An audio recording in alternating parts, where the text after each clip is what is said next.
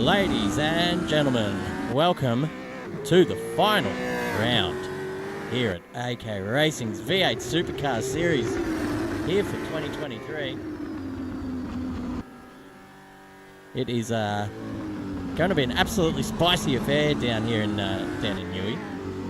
We've got how many we got there? 15. There'll be a few more once the qualifying kicks off. So hats on and ready to dance down here in New South Wales. Slightly underprepared for the stream tonight. We've been having a few server issues as usual, but we'll take it all in our stride here. We've got Luke Newing topping the timesheets at the moment with a 109.6.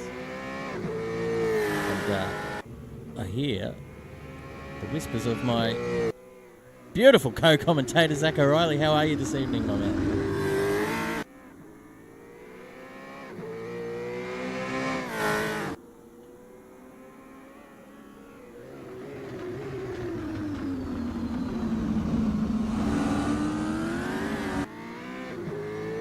Tell you what, there's luckily we don't have live crowds here, because I guarantee you there'll be a few bikinis around at this time of the year on the side of the track, maybe distracting some of the old drivers through the fence as we circulate through here. So if we see any funny business, ladies and gentlemen, we're going to put it down to the spectators.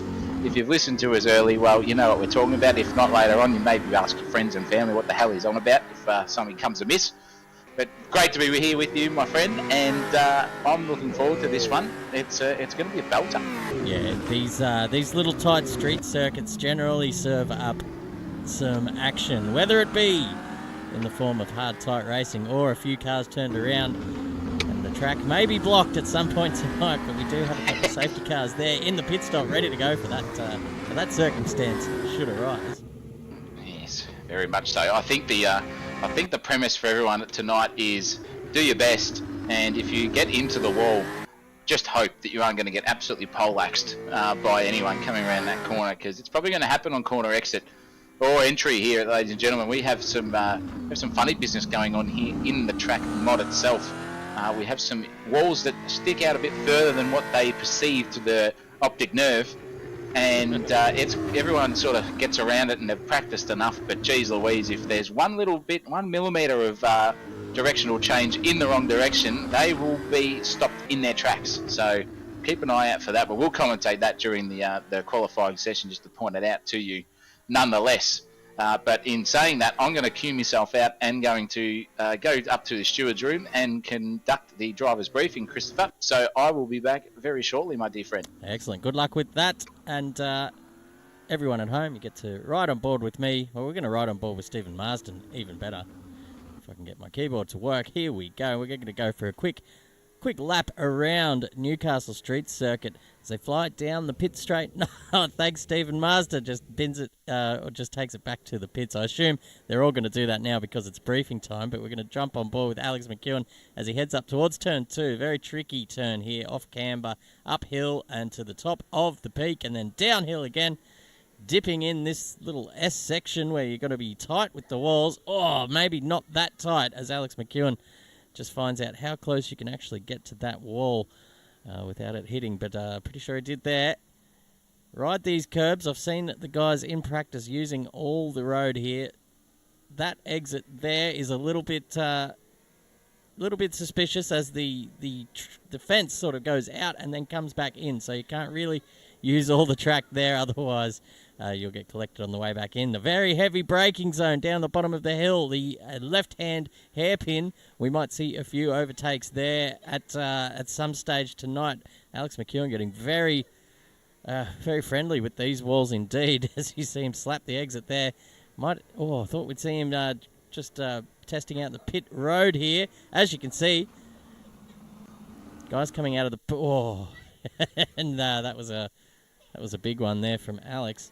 Turn 1 very tricky here at Newcastle. The inside tyre barrier certainly do not want to come into contact with, because that will send you absolutely flying into the outside wall. And that will be disaster for you.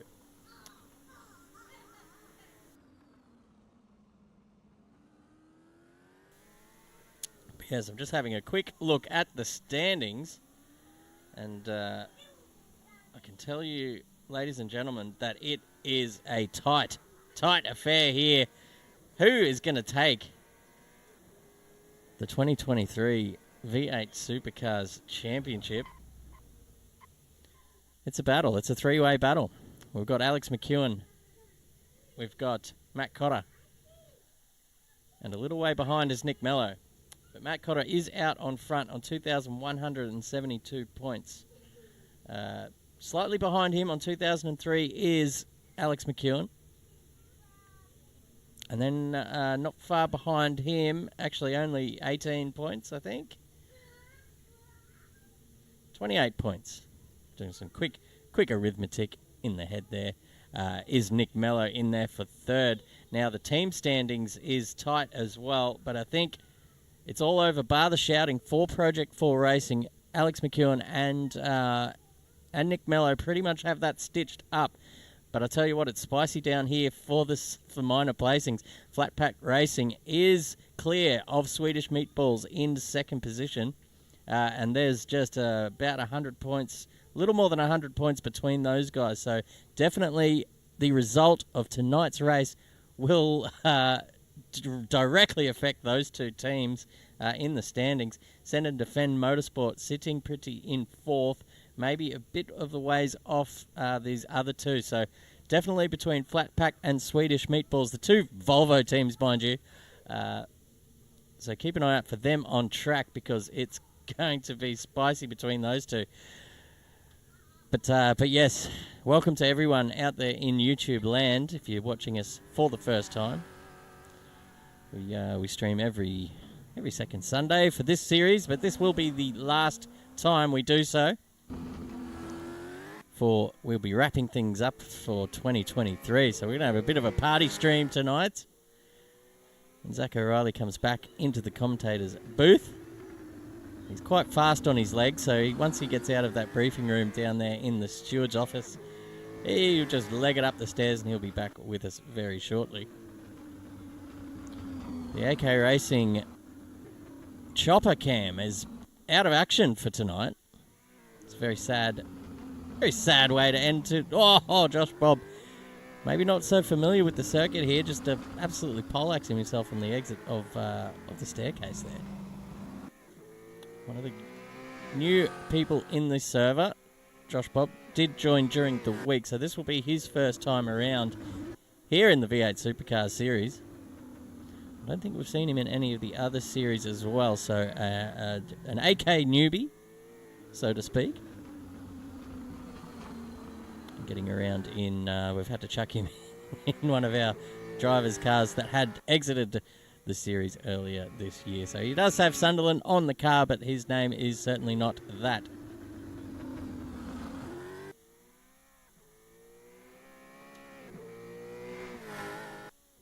Three races coming at you tonight is what I'm trying to say. Oh boy. It's I'm just trying to find the info there. The first race is a 15-lap sprint, so there is no need to pit. There's not a mandatory pit. You can use any tyres you like. 15-lap sprint to the finish line. Race 2 is going to be a 19-lap sprint as well. No mandatory pit stop either.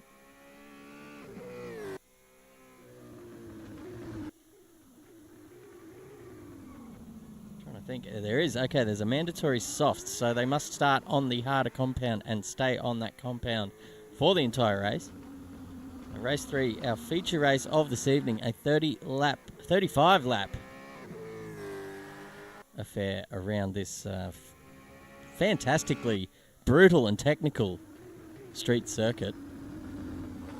Really sorts the men from the boys, if we can use that old adage. Certainly a lot of practice being done by the guys during the week to perfect their lines through this circuit. Oh, Josh Bob with the big slide on the exit of 2. You don't want to be doing that in the race, Josh. I'll give you the tip.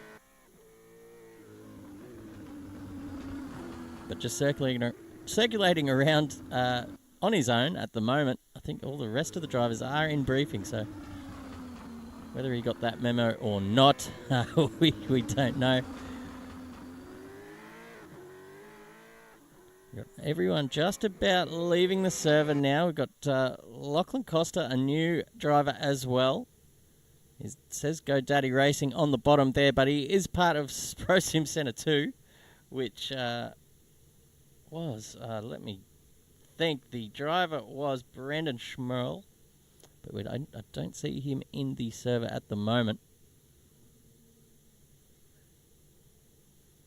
But Scotty Garrick's back for Pro Sim Center, and I see John Big Daddy Boss Pro Sim Center in the chat tonight. Hope you're enjoying the show so far. This is going to be an absolute spicy race. Little down on numbers per the usual, but that's probably okay around a track like this. You only need about 10 cars around here. Feels like about 50, and that is everyone out of the server. So I will do the same, and everyone at home, time to refill your drinks and get comfortable in your seats, because we're going to be back with qualifying. 12 minutes of hot lapping around this beautiful circuit. We will see you soon.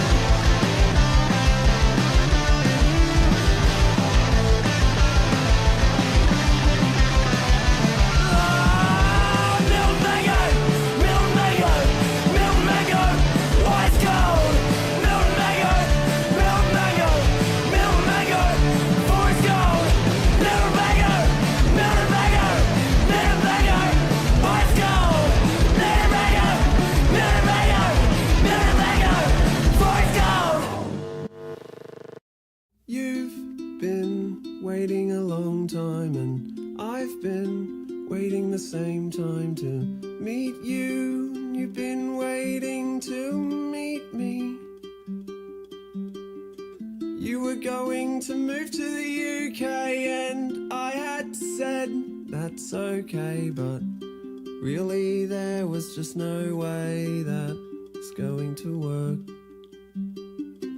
Let's buy some dogs from Gumtree, rename them Charlie and Bowie, then try hard to become the favourite. Let's make a Sunday roast and you can call your mum while I play music to our dogs. They lie there embarrassed of their new dad.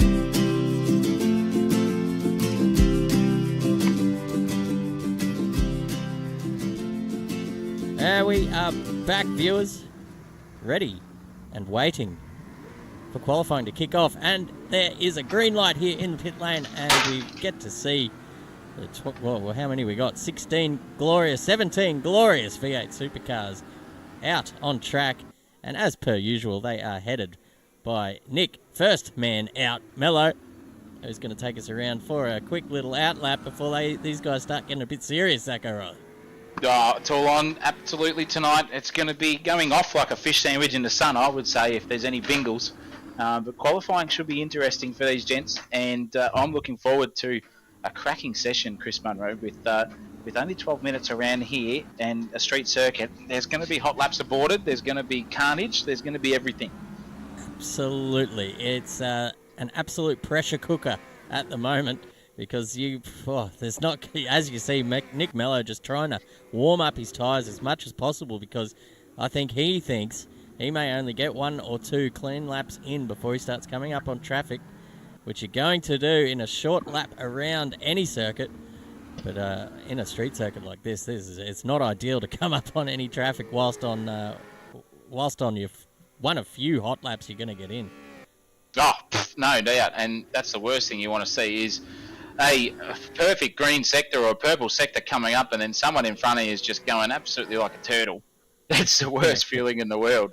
Or that's for sure. Or just parked across the track facing the wrong way, which is entirely possible as well. These guys are going to be throwing these cars around on the absolute ragged edge, so you might see a few of these guys popping it in the bin here for qualifying. My oath. And look, the other thing is too, it's a pressure cooker event because a championship battle is still possible here. Matt Cotter is leading it, ladies and gentlemen, but Alex McEwen, Mr. D&Q, if you follow the old Wednesday Cup server, he is still within reach. If it all goes wrong for Matt Cotter tonight, there could be some serious ramifications going on. And none of us want to see that, mind you, but geez Louise, talk about excitement and waiting in bated breath for the end of the round to just rise up. Cool, blimey, I can't wait. Yeah, they can't write the script better in the old writer's room in Hollywood, I'll give you the tip. But we're out here now. It's all about qualifying in these short laps. Nick Mello goes across the line in a 1:10 flat. Stephen Marsden following him shortly after with a 1:10.4. There's Luke Newing. He's up there as well. Lockie Grant. We haven't seen him for a few weeks, but he's back now in the server. Adam Betts now hitting up into the top 5. We're going to check on our man, Matt Cotter. He has done a 1:11.3 so far, so he'll be looking to up the tempo here. Push the tempo, get the tempo. That's a good song, by the way. We're on the songs already here at the minute, ladies and gentlemen.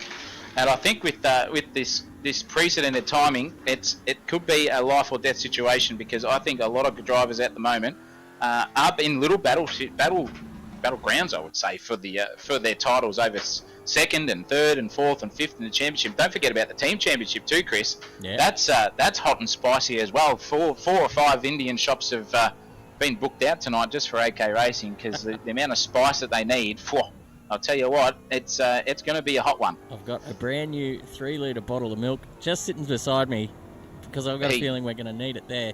Yes. We've got, I think, two teams locked in very tight battle there for the for the second and third. I think we can say goodbye and pretty much give the chockies to Project 4 for the team win for this season. Oh, Matt Cotter getting very close to the wall there. But Project 4 probably untouchable now. They're out in front, but I'll tell you what, the battle's on between Flat Packed Racing and the other Volvo team, Swedish Meatballs. Swedish Meatballs, yes. Both of Yes, which only have one of their drivers in the server tonight, by the way. It is, and that's exactly what I was about to say. With only one each, you'd usually go, okay, looks like it's going to be a clean sweep, but no, it's definitely a battle for those two. So Stephen Marsden and Luke Newing are the two drivers in the server, with both of their other teammates absent. Phew, I'll tell you what, there's some bragging rights happening there, especially with Fergo. I would say watching with bated breath over in Scotland at the moment, just watching Marsden have a good crack. It's going to be exciting. Sure is. I'll just keep you talking there for a little minute, Zach. I'm just having a bit of a problem with the stream, I think. Oh no! Hopefully we're back up and running soon, ladies and gentlemen. If that's the case, I think we're back. Yeah. I think we're back. We're probably back online. I think the old internet connection has just decided to disable itself. Yeah, it did for a second, but kept the stream running apparently. So we're good there. Nick Mello has just, in the meantime, with us blabbering on about internet connections, has gone deep into the 109s, 109.6. 2/10 off is Matt Cotter with a 109.8, and the rest are still in the 110s. Alex McEwen sitting in fourth. So three of our championship protagonists for the individual title are in the top four at the moment. Luke Newing doing very well as well, popping himself up there in third. Two Holdens and a Volvo in the top. Yeah, well, you don't see that too often, but the Swedish battlers are on this year. It has been a Volvo train. I'm loving the camaraderie these guys have between each other. But the old Red Lions under a bit of pressure here. I wouldn't be shocked if a lot of other people decide to run with the Volvo next season, but we'll never find out until the fat lady sings, ladies and gentlemen, because I think your champion is going to be in a Holden tonight. That's my prediction. It's a pretty sound one, as all three are in the red line. But tell you what, you want to be a part of the Volvo boys. They do have a tight camaraderie in our Discord, and it seems like the hot ticket to be in that club. So it might just be the V8 Super Volvo Cup next year. We don't know.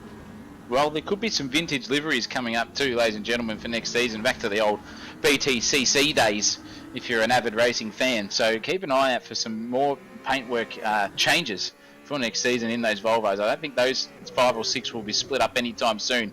But by jingo, by crikey, it's definitely on. And with only 5 minutes to go here, Nick Mello is still in the lead by 0.2 of a second over Matt Cotter, and Stephen Marsden creeping behind. And I think this is going to be your top 3 or 4 drivers as they sit now for the rest of the session.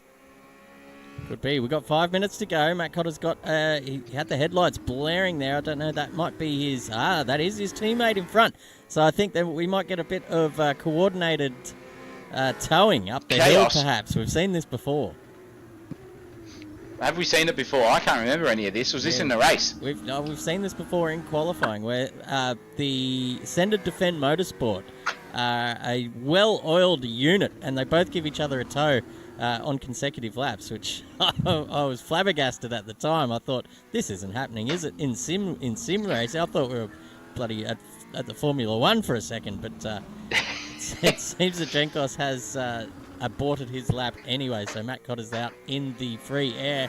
He's gone purple in both the first and second sector. Ladies and gentlemen, he's chasing down Nick Mello now, coming down into the final braking zone. Gets it sideways hard. Can he keep it off the fence? He does just. Is he going to go purple? That might have cost him a little bit of time there coming around that final turn. He's still on for a good lap here, ladies and gentlemen. Just gets the power down nicely out of the final turn. Shoofs off down the main straight. He's lost a little bit, but he has improved, but it's not enough.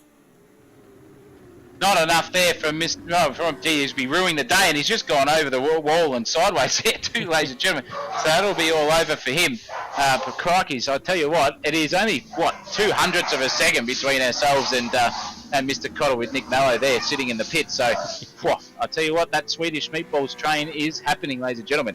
There you can see, Marsden up into fourth as well, just shy of a 109. Alex McEwen just in front of him as well. Nick Mello just coming out now, out of the pits for his final run of qualifying for 2023. Matt Cotter's just hanging it out. He's trying to get around again because I don't know if he'd be... Yeah, he's about 7/10 down on this lap already. We saw the bin moment out of turn 1, so he'll just be trying to get around to start this lap and make the most of the time remaining, which is 3 minutes.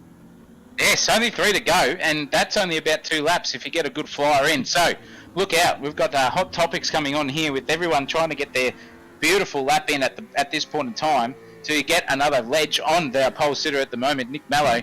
And this will start the race, ladies and gentlemen. Wherever this finishes is where you start on the grid. So, all eyes on Mr. McEwen here and Matt Cotter too for the championship battle. And now Max McEwen's only just done a really, really good lap with a 109.6. And so he's only 700ths of a second, ladies and gentlemen, off Nick Mallow. And Matt Cotter is only 200ths of a second off Nick Mallow as well. So not even a tenth between the top 3, ladies and gentlemen. Look at the gaps. That is unreal. Oh boy, they're not this close in real life. Just about. That is something to behold there with the top 3.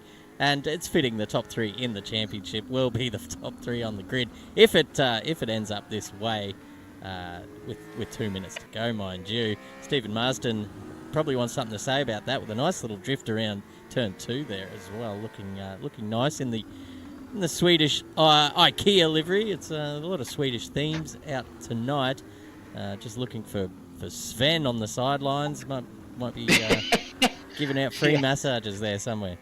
Oh, maybe, and definitely some of the old Swedish, I guess the females type as well. Geez Louise, are they something to look out for at this point in time? But I'll tell you what, who's on at the moment is Matt Cotter. He is bang on in the last sector. I think he's going to go across and maybe just improve in time. No, he does not. He did the quickest second sector at the moment. But Luke Newing is now on at the moment. He's 2 tenths up on his best, ladies and gentlemen, with the 22.8 in the first sector. That is quicker than anyone else by 2 tenths exactly. So he's now 3 tenths up if we ride on board with him.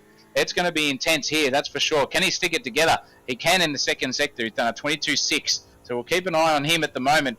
Riding around at this stage, he is on for another good time here as he stuffed it up into the quarter, and that is it, ladies and gentlemen. He'll be spewing about that. That was on for a pole time at this point. He's still got time though, Chris. He's only got 48 seconds left, but he'll get around before the last go. Will those super soft tyres hold up? Yeah, they might be just a little bit cooked from that big slide he had into the final turn there. Oh, poor old Luke Newing getting what I like to call the green fear. You can just see that. You can see that delta's green, and you know by how much too. All you got to do is be smooth and finish the lap off, and the weight, the pressure, just applies itself to those shoulders, and it's a tough thing to overcome. I'll give you the tip, but he goes purple in the first sector already, so he's on for a 109.6, ladies and gentlemen. Now he's dipping into the 109.5 ranges here. Oh, he certainly does. He's made up heaps of time here in the second sector. If he can put it all together, ladies and gents, this will be a very sparkling lap indeed. Dipping now into maybe the 109.4 range. He's flying, ladies and gents. He's only got a couple more turns to go. Can he pull it up this time?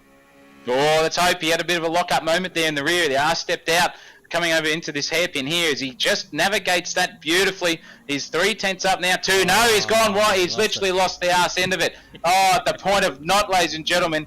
He has decided to count his chips early and basically say, I've got this, and he's stuffed it up, and he will not improve on his lap time. That will be him done for this session with a 109.8 as his best. He was on for a 109.4, so keep up with him in the race. He's definitely got some pace underneath that Volvo. Yeah, just got to put it all together, really. Had a couple of cracks at it, and as you can see, the gaps up the top are just literal bee sticks there in between the top 3. You can pop Luke Newing in that category as well, as he would have got there had he just, just lost it on the exit there of the final turn. So he'll be a bit frustrated with himself now, having to start down the order just a touch. As we see Scott Garrett go across the line, he does not improve either. Oh no, he does. He 109.6. He does. Yes, he's gone into third position, ladies and gentlemen. Scotty Garrick has just pissed off into the distance out of where he was. I think he was in 8th or 7th, and said, thank you very much for the rabbit's mother. I'm coming in, and I'm only 200ths of a second off Nick Mallow in that pole position. Only 3 thousandths off pipping Matt Cotter there. Wow. Scotty Garrick from Pro Sim Centre Racing. That is a lap and a half, my dear friend. Well done. Look at that. There is less than a tenth between the top 4.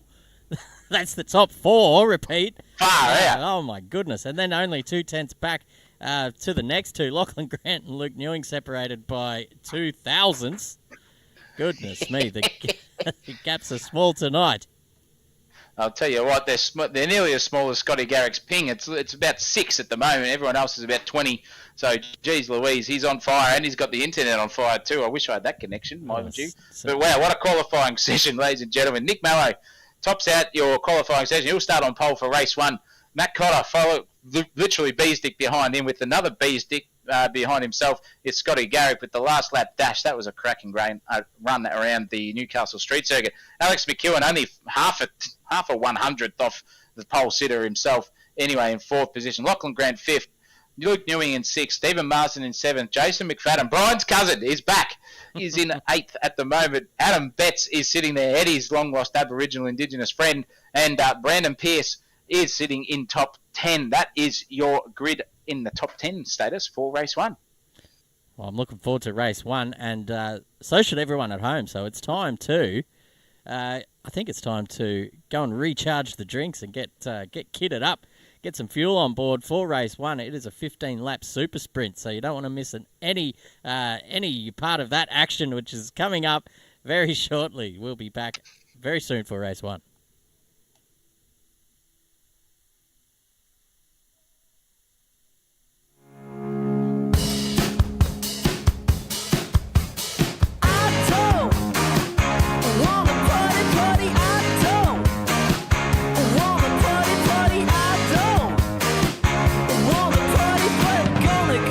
Fantastic.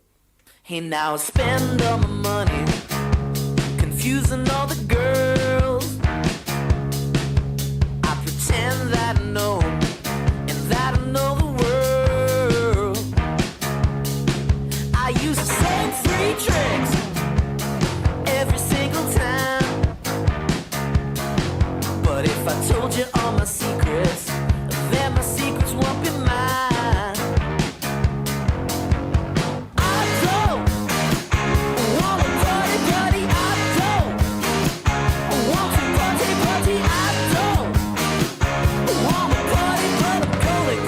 Fantastic. Hey, now the truth, if you want it, I'm a really lonely guy. Jesus in my kitchen, and the devil on my mind. I used to say 3 tricks every single time. But if I told you all my secrets, then my secrets won't be mine.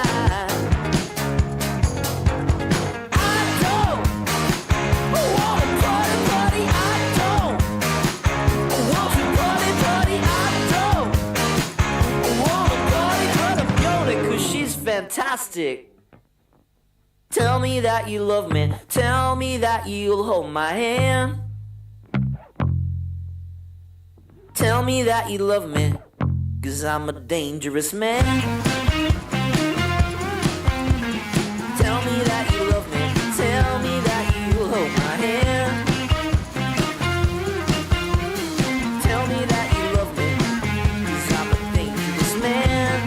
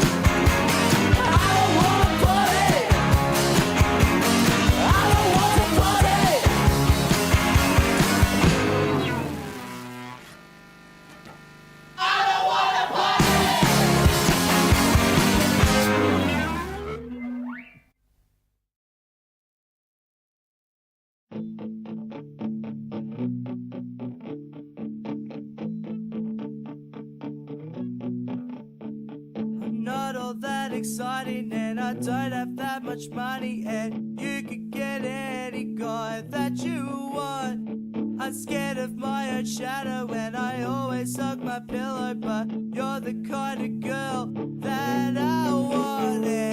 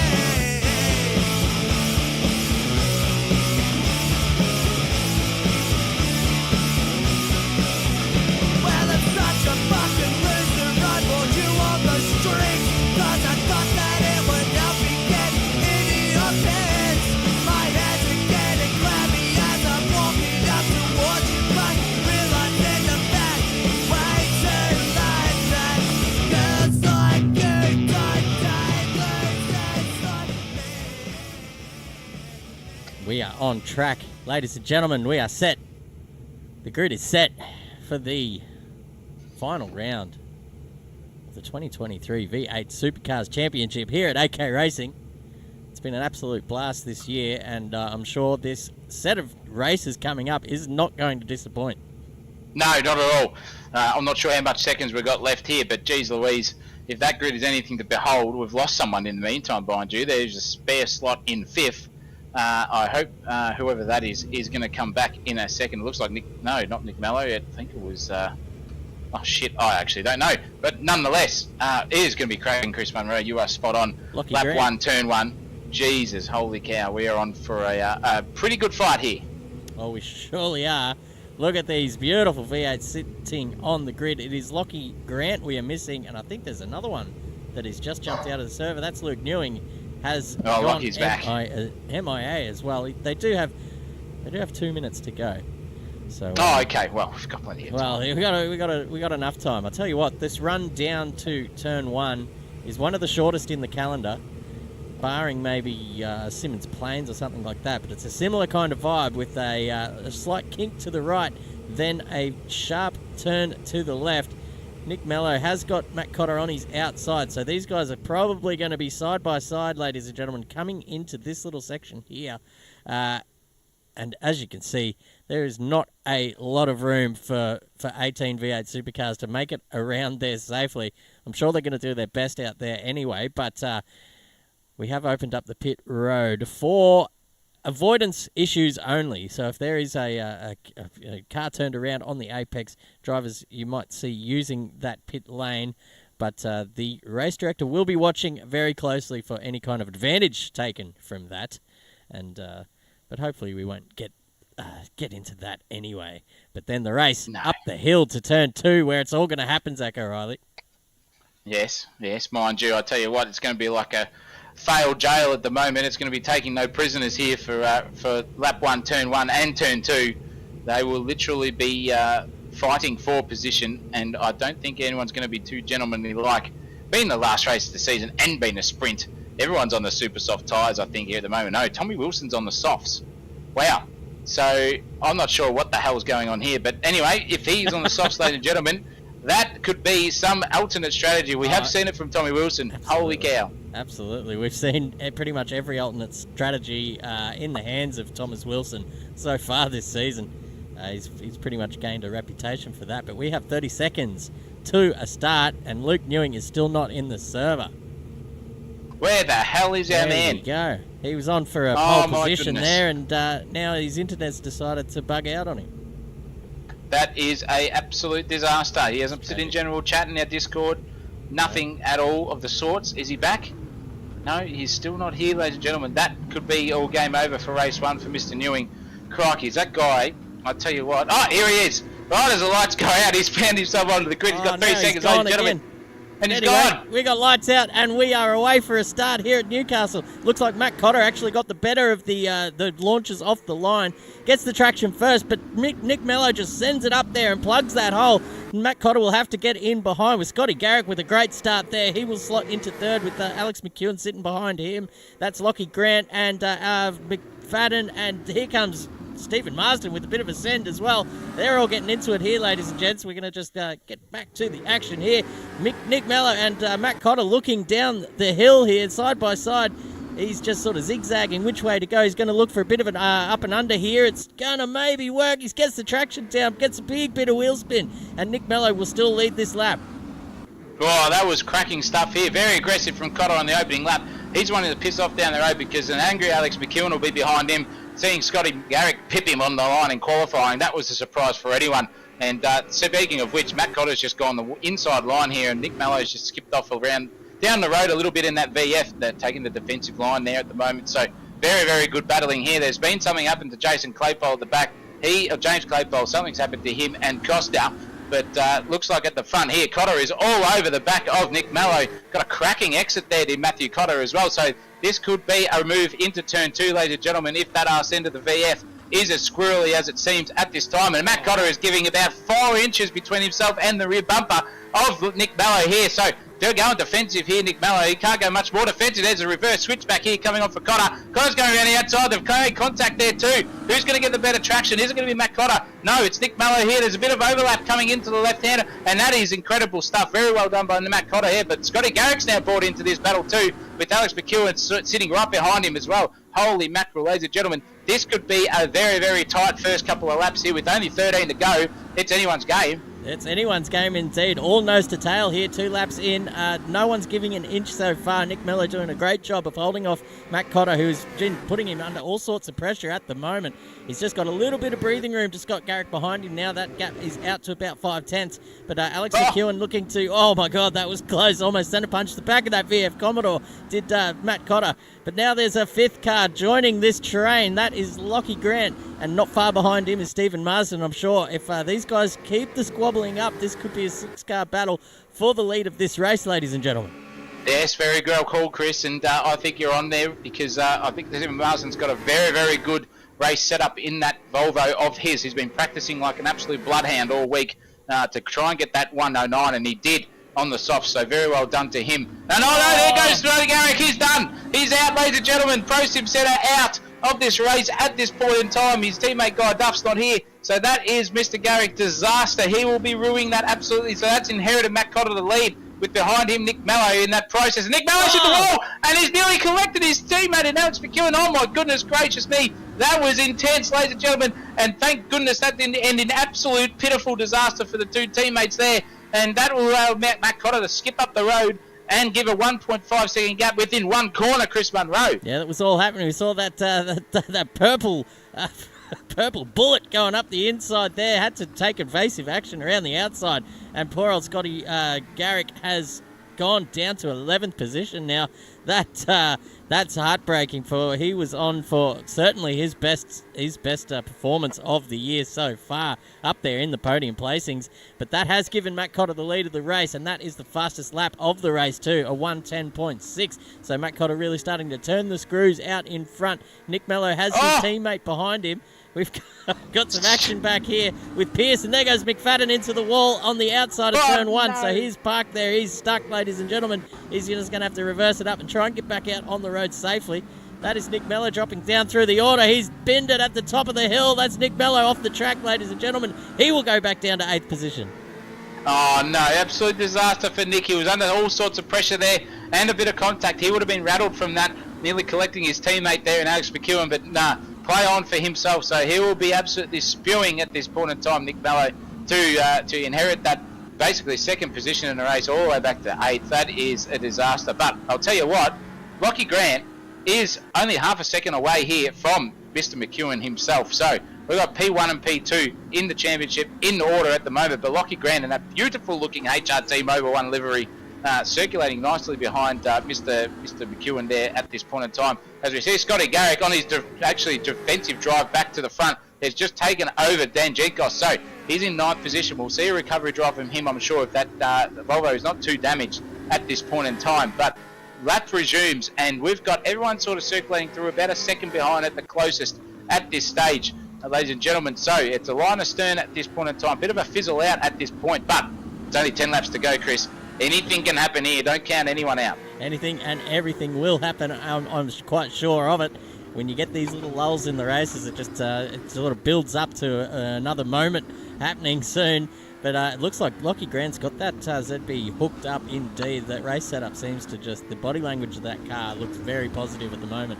And he is just holding on to the back of Alex McEwen. Well, I wouldn't say too easily, but he's back there and he's making ground. Certainly looking to attack when and if he gets that opportunity. Yes. I tell you what, Nick Mello down in 8th. He's got Scotty Garrick behind him. So that was a similar story from back there. Shaggy and Betts have just absolutely poleaxed each other, and it's line astern here, ladies and gentlemen. Sorry to take you over there, Chris. We're going to go to that. Holy cow, that was a swap position there. There was contact. I don't think Mr. Betts will be too happy with Shags himself. But gee, by jingle, by crikey, that was aggressive driving for sure. I was having a look up the back while Chris was commentating with his dulcet tones, ladies and gentlemen. And that was incredible action for sure. But in saying that, that's a position. And I'll tell you what, Mr. Marsden, at this point in time, Chris, He's gone from 7th on the grid and found himself in 4th within 6 laps. He, in that household, if he can get on the back of Lockie Grant here, I don't know what the hell's going to happen, because that's another podium for Mr. Marsden this season. He's having the drive of his life this year, and full hats off to him. But what a turnaround in performance from qualifying to be in 4th with only 9 laps to go, ladies and gentlemen. But oh geez, I can't help but feel sorry for Mr. Mallow. That was a unforced error as he goes past Mr. Pearce. Mr. Pearce just lets him go straight through, ladies and gentlemen, if you didn't see that in the stream. But nonetheless, everyone within about a second of each other here with 9 laps to go. 9 laps to go in this first of 3 races this evening. The next one will be, I think it's a top 10 reverse grid from this one. So spot on. Dan Jankos sitting in the hot seat at the moment back there in 10th. Scotty Garrick, if he, might just play his cards to maybe sit in 9th for now and find himself starting off the front row with about, 9 or so cars in between him and Matt Cotter and Alex McEwen, who he was mixing it with pace-wise at the start of this race. Yeah, very spot on there, Chris. Just in the background there's a move for Pearce on Nick Mallow. Nick Mallow's hit the wall again, and Scotty Garrick's going to go by him too. So, look out, ladies and gentlemen. I'll tell you what, Scotty Garrick's on a charge here. That Pro Sim Centre Volvo is hooked up more than a drug addict on every single night of the week, ladies and gentlemen, here in Richmond. And he will be trying to get through every single opportunity in front of him. That would be a blockade of a car. And he's got Brandon Pearce in his sights now in that Norton Hornets Nissan. So look out for that at this stage. But I'll tell you what, Chris, if we've got anything to talk about, the story of the night at the moment is Tom Wilson. That alternate strategy of his, whether it was deliberate or a complete mistake and forgot to load his setup, did not work out for him at this point in time. He's generally at the pointy end. Yeah, well, we saw him start down the order. I don't know if he was late getting into the server for qualifying, or he's just doing the thing where he doesn't want to be sort of mixing it with the championship contenders and just decided to opt out of qualifying and take a leaf out of Alex McEwen's book and do the old DNQ routine. Yeah, maybe. Back here, maybe race with the softs on. Who knows? Well, always looks up to his heroes, this Tommy Wilson. So maybe he does that and looks up to Alex McEwen, which is generally a man of stellar talent to look up to, mind you. Don't mind everything else that happens with the racing. Alex McEwen is a very patient man behind the wheel, nonetheless. But speaking of patience, I'll tell you what, the hospital is getting a bit low at the moment because in the Scotty Garrick camp, because Nick Mallow's just got past him, and he'll be running out of patience himself, Nick Mallow, after ruining that little bit of a disaster there on lap 4 or 5, I think it was, where he yeeted himself into the wall in the lead of this race, mind you. So, bit of a recovery drive him. So, 7th position is looking very good at this stage for Nick Mallow. I'm sure he'll want to get up the back of Adam Betts, at any stage during this race. Yeah, we can see, poor old Nick Mallow, sort of the problems are compounding, or the mistakes are starting to compound anyway. We saw him go off once and twice, and I think a third time too at the top of the hill here. But just trying to get his head back on straight and sort of take a leaf from his teammates' book and get that patient driving back into his style. He's sitting in 7th position at the moment. Scotty Garrick hot on his heels. And as we've seen so far, the Volvos look pretty good in race trim as well. You're saying that Marsden was pretty confident about his race setup, and I was going to say, by jingo, by crikeys. You're rubbing off on me, Zach. He's made his way up from 7th to 4th by pure pace and avoidance of a fair few accidents in front of him. Yeah, I'll tell you what, the IKEA shares are going strong, and also is the company itself, and is on track at the moment, is Stephen Marsden representing IKEA with that beautiful Volvo with the yellow and baby blue dulcet tones there for sure. That's a good looking vehicle nonetheless. If you're a Volvo guy, I'm sure you will be foaming at the mouth more than you do when you swipe through Tinder in your own country if you're a Swedish person. Nonetheless, we have a lot of people here battling. Scotty Garrick at the moment is the closest guy on track to his competitor, and he's still hunting the back of Nick Mallow. He hasn't let go of that at the moment, and I'm just looking on his dash panel here, ladies and gentlemen. There is no steering damage whatsoever, so maybe a little bit of aero wash on the damaged department for Mr. Garrick after that off into the barrier. He literally scooted off down there like it was, like he saw gold in that back corner there. I've never seen anything like that, but nonetheless, He's on a recovery drive of himself, and the guy in front of him, Nick Mello, is too. So, bit of a peter out here in succession, but they are looking good on track. If you just saw a beautiful slide there from Scotty Garrick, Shane Van Gisbergen, and Stale, and it should be very, very interesting if these guys don't separate each other from the rest of the pack, because in front of them and ever getting closer, Nick Mello is getting closer to Adam Betts here with 5 laps to go, 1.9 seconds, and the delta between them, Adam Betts did a 1:11.5 around the last lap, and Mr. Mello did a 1:10.4, so there is 1.1 seconds a lap quicker, the difference between Nick Mello and Adam Betts. So we've still got time here if that pace delta is relevant for these two gentlemen to get on the back and maybe have a battle for 5th, 6th and 7th in the final stages of this race. I think that'll happen for sure. As you can see,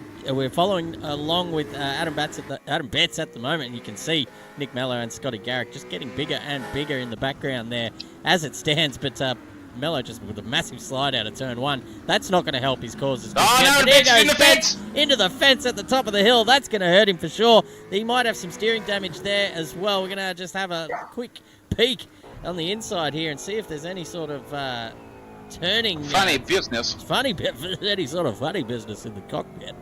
It seems to be okay. Trying to get a bit of straight section of track. It seems to be okay for now. But I'll tell you what, Nick Mello's right on his case at the moment. Scotty Garrick just sitting back, choosing to just sort of hang on to the back of Nick Mello for now and wait for the battling to kick off. And he can take those crumbs off the table when they fall. Nick Mello hitting the wall on the bottom of the section there too. Geez, these guys really getting acquainted with the walls around here.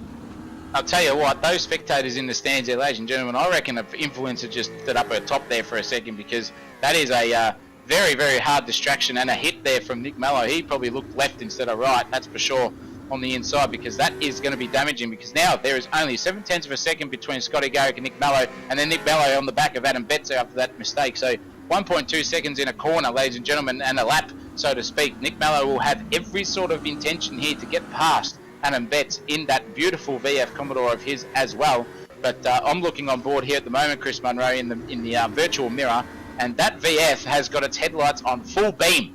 They are blinding in the rearview mirror of that ZB Commodore. So look out for that with 3 laps to go. Anyone's game here for 6th, 7th and 8th, I would say. Yeah, it's very distracting with the headlights in the background.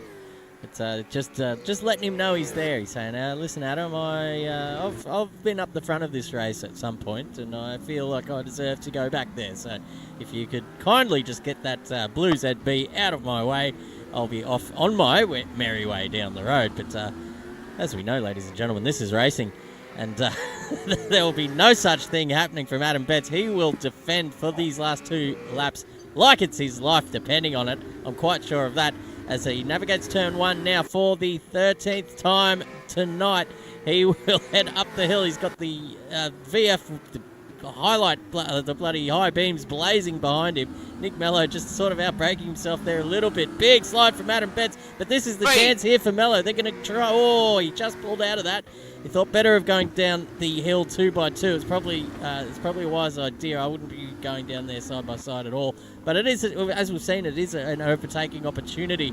And around this track, if you do get an opportunity, you've got to clasp onto it with both hands, because you never know if you're going to get another shot at it.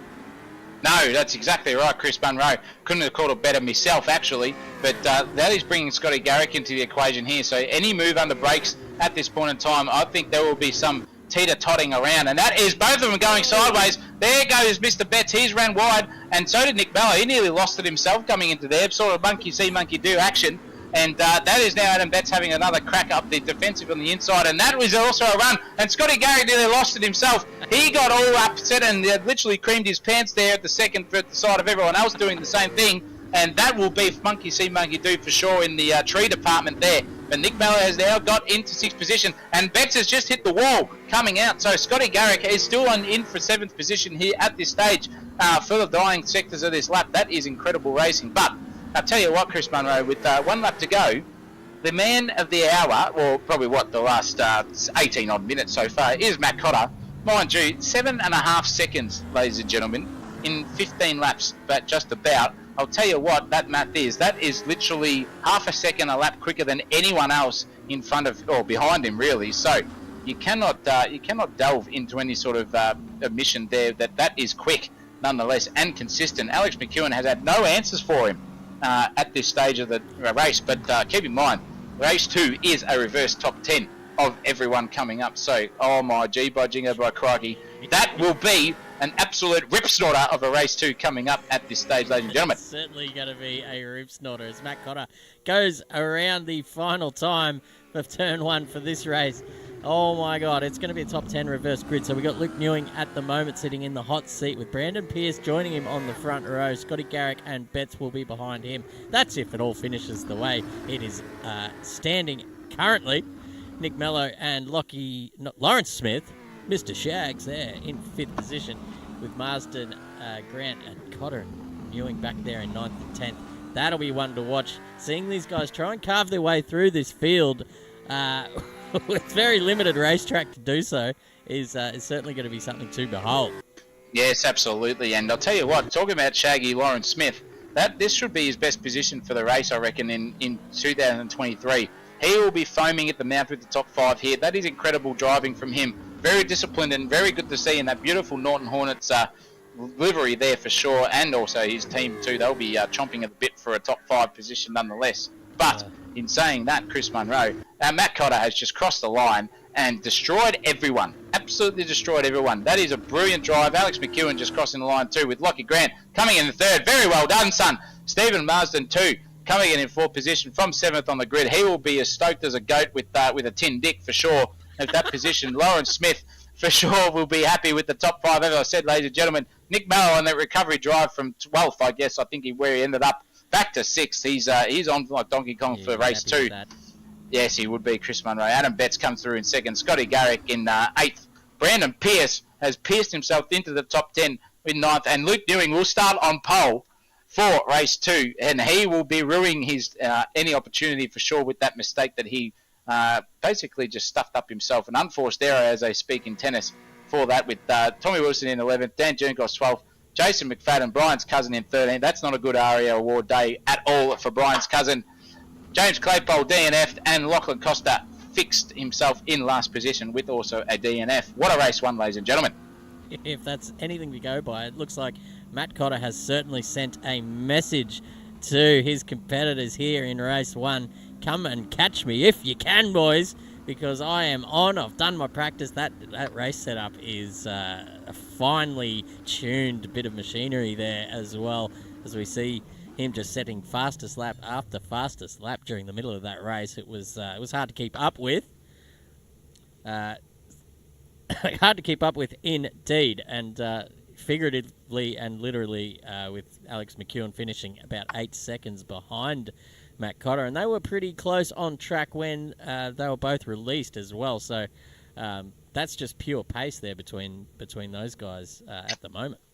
Very much so. But looking at the fastest lap between the two of them now, each of them, Matt Cotter and Alex McEwen, ladies and gentlemen, they had an absolute rip snorter of a drive because there was a 109.9 and then a 110.0 between Alex McEwen and Scott McEwen. Geez, that's his father, ladies and gentlemen, for home, and Matt Cotter. So there was nothing in it when they were both on, but as they say, the consistency is the winner in most races, and if you can be consistent throughout the whole year and also on a race day, you will generally win or get a better position than you are supposed to be in, and that is a testament to Matt Cotter there. Absolutely stellar drive, thank you very much, but he will find himself at the back of the grid for this next race coming up in race 2, with being a reverse top 10. So our order from pole will be Luke Newing, Brandon Pearce joining him on the first row. Scotty Garrick and Adam Betts will be off the second row. Nick Mallows, Lawrence Smith in third row. Stephen Marsden, Lachlan Grant for fourth. And then for you at the back of the top 10, Matt Cotter and Alex McEwen. And I'll tell you what, if anything's to look at, there is some send and defend motorsport there in Matt Cotter. He will do everything to send, and I don't think he'll be doing much defending there to get around everyone to find himself in P1 at the end of race 2, if that is the case. That will be the case. I think they'll be sending Express Post at Christmas time. Australia Post is going to be very busy trying to keep track of all these overtakes.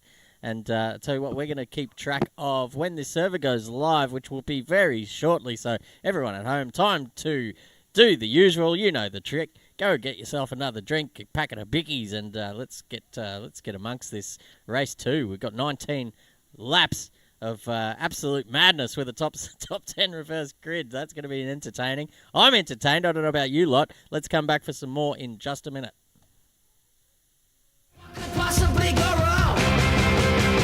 What could possibly go wrong? What could possibly go wrong? What could possibly go wrong? Going to the casino tomorrow night. Going to the casino tomorrow night. What could possibly go wrong? What could possibly go wrong? What could possibly go wrong? What could possibly go wrong? Then it hits me. No one's in love with me. Then it hits me. No one's in love with me. Then it hits me. No one's in with me.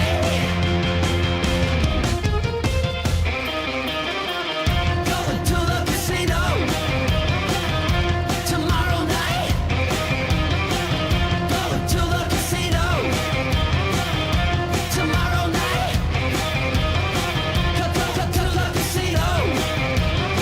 To the casino tomorrow night. To the casino tomorrow night. What could possibly go wrong?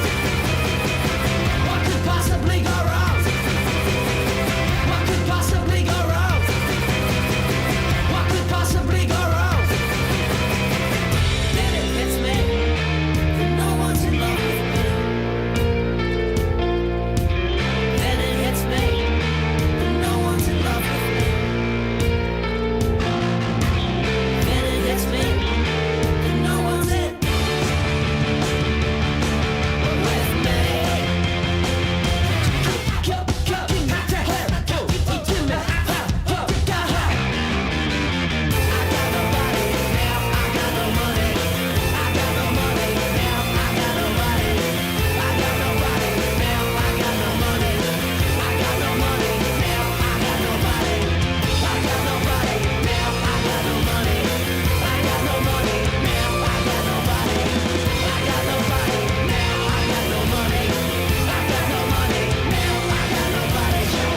Going to the casino.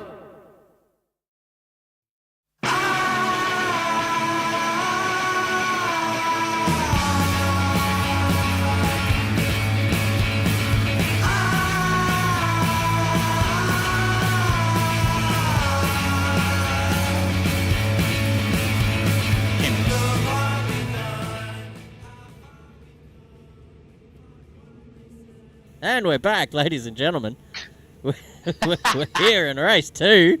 It's going to be a cracker.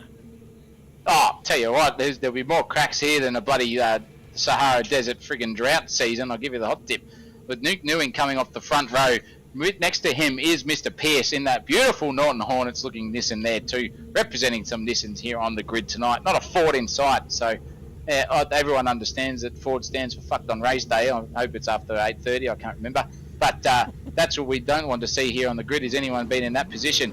But Scotty Garrick in 4th off the second row, or Brandon Pierce, sorry, in 3rd. Scotty Garrick off 4th, Adam Betts in 5th, Nick Mallow, Lawrence Smith, Stephen Mars and Lachlan Grant and Alex McEwen.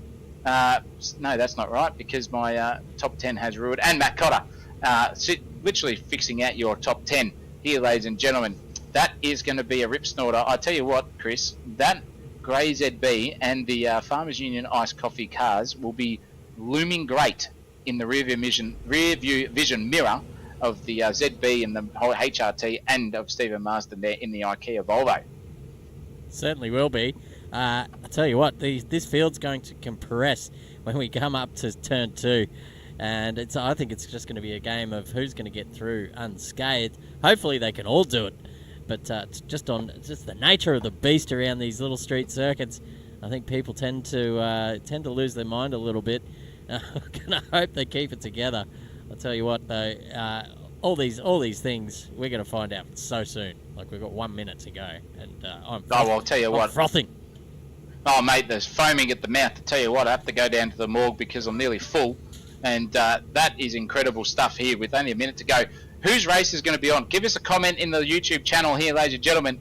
Give us your predictions for this race too. 19 laps, mind you. And I'll tell you what, if it's anything to behold, everyone here, mind you, is on the soft tyre. So it's a mandatory soft race here with 19 laps to go. It's going to be anyone's game, and there could be some carnage into turn 1 or 2. Those tyres are as cold as an Eskimo's cock, especially at the start of the race. So keep in mind that, ladies and gentlemen, with the spectacle you're about to see with some feisty people in the top 10 at this point in time. God, there's an Eskimo's cock. I like that. I'm going to keep that in the old memory banks here. But we got lights up on the grid now, ladies and gentlemen. I can hear the revs starting to rise. We've got Brandon Pearce off the outside, Luke Newing off the inside, Betts and Garrick behind him. We're going to get a better view. We got lights out, and it looks like Luke Newing has got an absolute cracking start. He will lead into turn 1, absolutely uncontested. Brandon Pearce actually making a bit of a mess of that. Scotty Garrick looking up the inside there as well. Oh, they were pushed wide. There was a couple in the barrier there. Oh, Pearce is gone. They've gone through unscathed. Pearce has... Oh, there goes Marsden getting sent around as well in the background. We're just going to sit... Oh, gee whiz. It's all happening. We're going to sit here and see who's coming through. There's McEwen. There's Cotter behind him. Tommy Wilson and Brad Turby's made it into the server, and Brandon Pearce has gone from first to last within a matter of 2 corners. But up the front, it is Luke Newing just skipping away from Garrick with Mello in third. Lawrence Smith just bashing the barrier there and letting Betts go up the inside. He's going to take that position quite easily, running him right out to the fence as well. Oh, look at this. Shaggy's going to try and shove it up the inside. There's not a lot of room there, ladies and gents. Alex McEwen just carving his way through the field. Actually, as all this is happening in front, we're going to ride on board with him and see what he can do at the bottom of this hill. Oh, I'll tell you what, this will be a great view with Alex McEwen, I'll tell you that. But, geez Louise, and there goes Mr. Betts. He's skidded wide. That's going to let Mr. Shaggy through, and Alex McEwen too. That is a disaster for Mr. Betts there. He will be ruining that opportunity, gone. And that allows Mr. Cotter up behind everyone, and there he goes. Holy shit.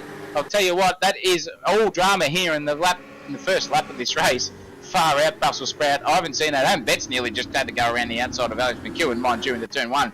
Never a good place to go, but he's in the sandwich here, the 2 quickest drive on track with Alex McEwen and Matt Cotter in front and behind himself. He's going up the inside here, Adam Betts. Is he going to make a move? No, he's not. That is very, very close indeed.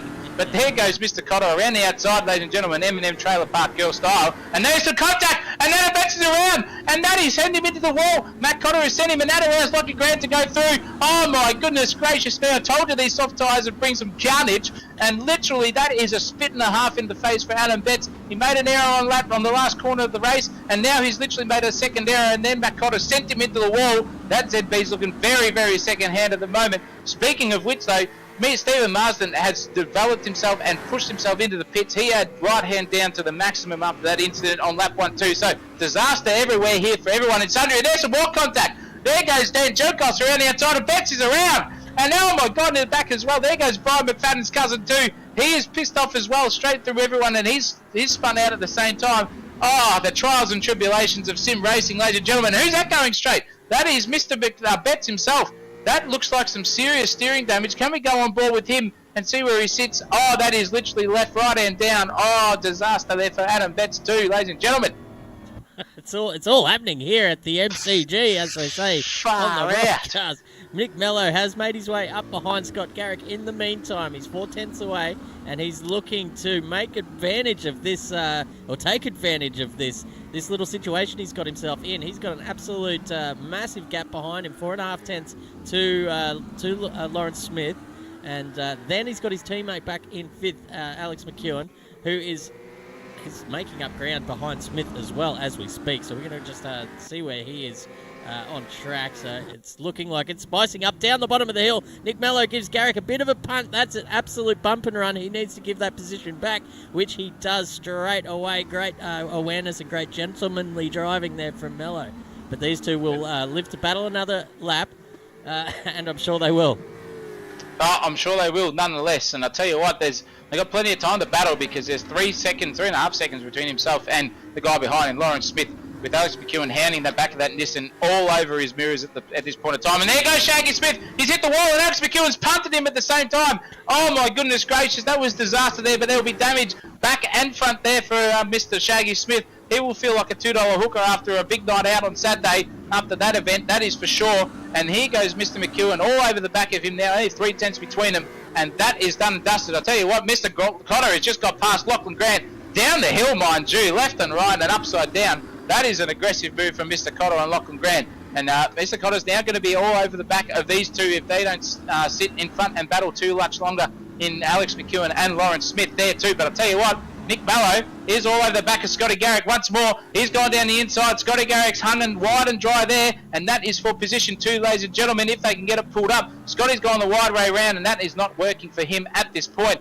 And Luke Newing now is thanking everyone in front of him, or behind him, sorry, to keep battling like this, because I've got 3.5 seconds in 4 laps, mind you.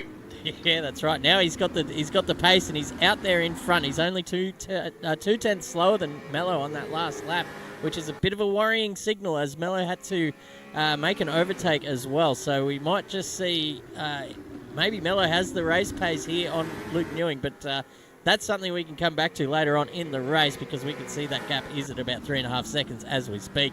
But right here is where the action is. We've got Matt Cotter now up behind McEwen, and he is just having a bit of trouble trying to find his way around the Nissan of Smith in front of him. That thing is about 3 times as wide as the regular Altima right now, and I bet you Alex McEwen is probably getting a little bit hot under the collar. Not anywhere hot by his standards, to be fair. He's Mr. Ice Cool. He needs to be changing his nickname to, I don't know, the Top Gun-related Val Kilmer character, perhaps. But that's something for next season for sure. Can't talk shit. Lockie Grant, in the meantime, has made up some ground as well, and he's coming into this picture as we speak. Yes, Mr. Smith is a cork in a very big wine bottle, and he's just tapped the wall coming out around the outside of the second last corner here at Newcastle. So definitely a cork in the bottle. Mind you, Matt Cotter's last lap was 1:11.7, and everyone in front of him was in the 13s, mind you. So bit of a late charge here from Matt Cotter with about 13 laps to go. He's all over the back of Alex McEwen. That is championship battle there too, ladies and gentlemen, if you don't mind.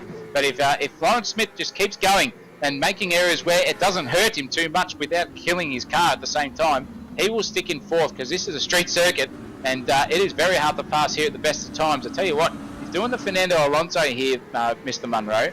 He's just braking at the apex and going as slow as he can, holds the momentum up of everyone behind him. That is some excellent defensive driving so far, if I don't mind so myself. That's a great way to do it. The best learn from the best. That was a little tactic that I used to like to employ as well. Just slow it right down on the apex, back those other cars up into each other, and now you can see that it's worked because Cotter is putting all sorts of pressure on Alex McEwen, and now Alex has to try and keep one eye forward and one eye back as Shaggy just locks him up down into the hairpin.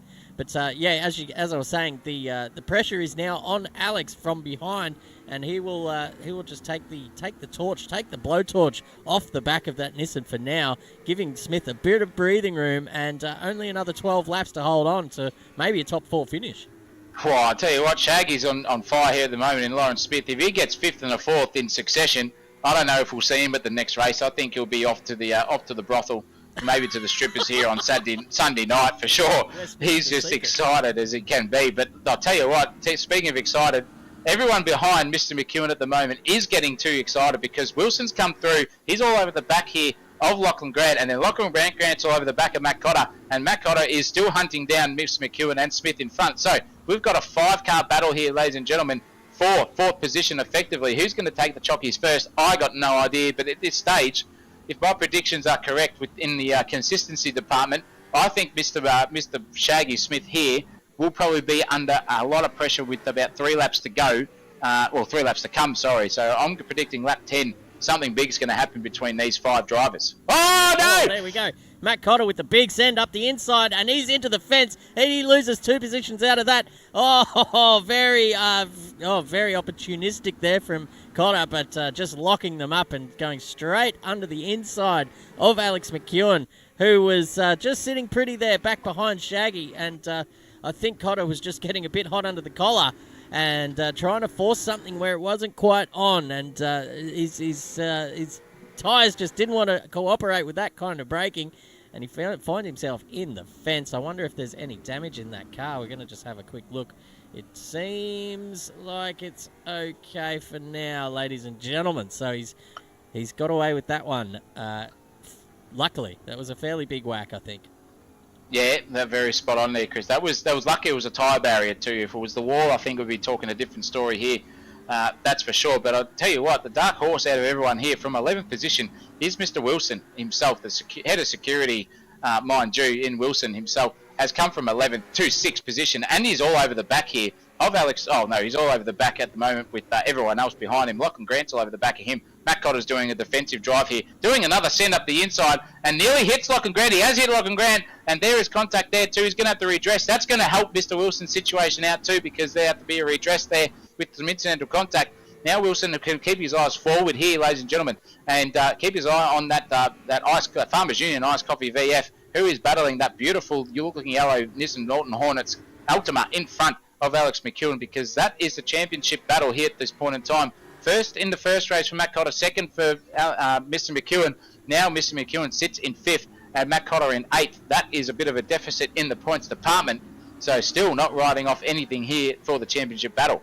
No, certainly not. It's on for absolute sheep stations with these guys, as you can tell. By the way, Matt Cotter's really upped his game in the aggressive department, which I didn't think was possible, but he certainly found another gear in that respect tonight, and he is hounding Lachlan Grant here at the moment for 7th position.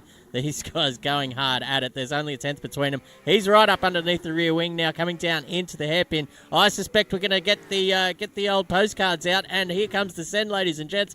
He is wiggling it around under brakes, and Lockie's locked him up as well and goes wide, and that just invites Matt Cotter straight up into the 7th position. That's probably one of the more easy overtakes he's done all night. To be fair, he's made a couple down the hill too, which is quite impressive. But Alex McEwen still can't find his way past Shaggy Smith for now. He's got, it's 6/10 between them, and not really looking like he's putting him under any kind of pressure at the moment either, with Wilson closing in fast. Yeah, Shaggy did a 1:11.8 and McEwen with a 1:11.9 on that last lap, so nothing between them at this point in time. And mind you, Mr. Wilson does a 1:11.4. That is the deficit there you get, ladies and gentlemen, when you are caught behind a slower car. And Alex McEwen looking up the inside, he's pulled the bluff on Shaggy. Shaggy's hit the wall, but that hasn't affected him at any stage. It's just let Tom Wilson come up the back of Mr. McEwen there, trying to avoid any sort of carnage. That's an absolute nightmare for someone sitting in the 3 out of the 1 battle. And I'll tell you what, line astern here, there is only literally 3/10 between each driver here at this stage, coming down the back straight, down the hill. Who's going to send up the inside? Is it Wilson? He is. He's going up the inside of McEwen. There is a move here for position. That was very opportunistic there by Wilson. I don't think he's going to get the job done at this point in time. No, he won't. And looks like Alex McEwen's one wide. That's a bit of pressure, a bit of oversteer. Coming around the outside on the corner here too, on the back straight. And look who's behind everyone here too. Mr. Cotter's been invited into this party too. 3's a party, I'll tell you what. And that is going to be Wilson sitting in behind Alex McEwen. That front tyre of Mr. McEwen is hurting. That is on fire at the moment in the temperature department, I would say, with the amount of lockups there, unlike Alex McEwen normally would drive. But Shaggy's got another breath of fresh air, I'll tell you what, up in front. This is incredible driving. And now Mr. Wilson goes a bit wide, and Matt Cotter is sniffing all over the back of that Altima. He wants some Japanese pie tonight. I'll give you the hot tip at this stage of the race, that is for sure. He's a hungry boy, and he's got the dinner plate right in front of him there, as you say, sniffing away at the back of that Nissan Altima. Oh, McEwen's at the wall. Absolutely nothing in it, and McEwen has slapped the wall there on the exit. He will maintain the position, however, and Lachlan Grant now joins onto the back of this little 4-way battle for now. Matt Cotter putting Thomas Wilson under all kinds of pressure. Wilson unfazed because remember, ladies and gents, he went around the first race on these.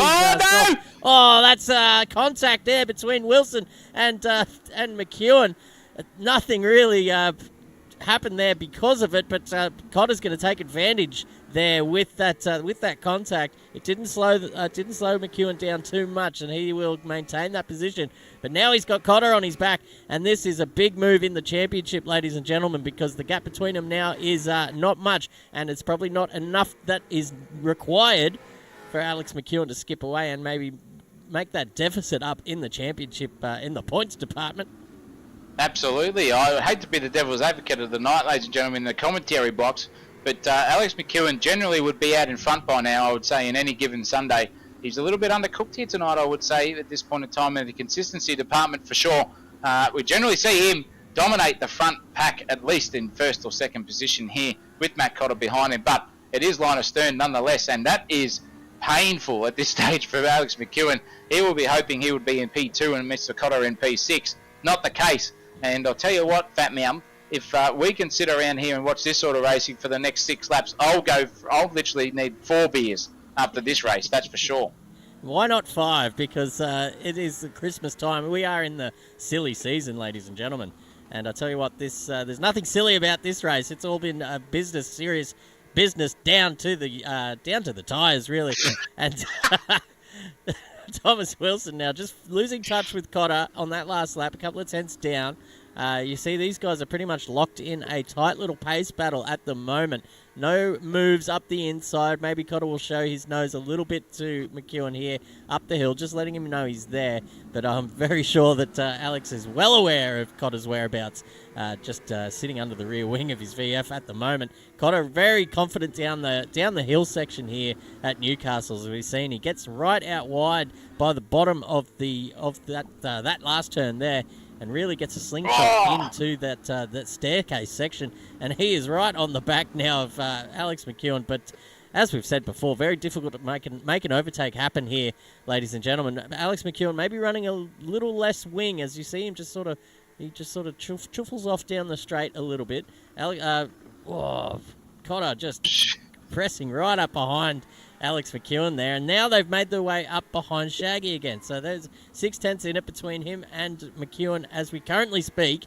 And I tell you what, with 5 laps to go, anything's possible here. Well, tell you what, Chris, if there's anything possible at the moment, someone's going to be punted into the wall, I would say, because this would be one of the biggest pressure cooker moments of the season, I would say. 5 cars, line astern, ladies and gentlemen, not even a second between any of them, if not half a second, mind you. And the cork in the bottle is Shaggy Smith. But I'll tell you what, doesn't matter how much of a cork you are, as long as you're consistent, because everyone's hanging around that high 111s, 112 in the lap time department in this 5-car battle here at this stage. So, line astern, and I'll tell you what, it's getting feisty here between Cotter and McEwen.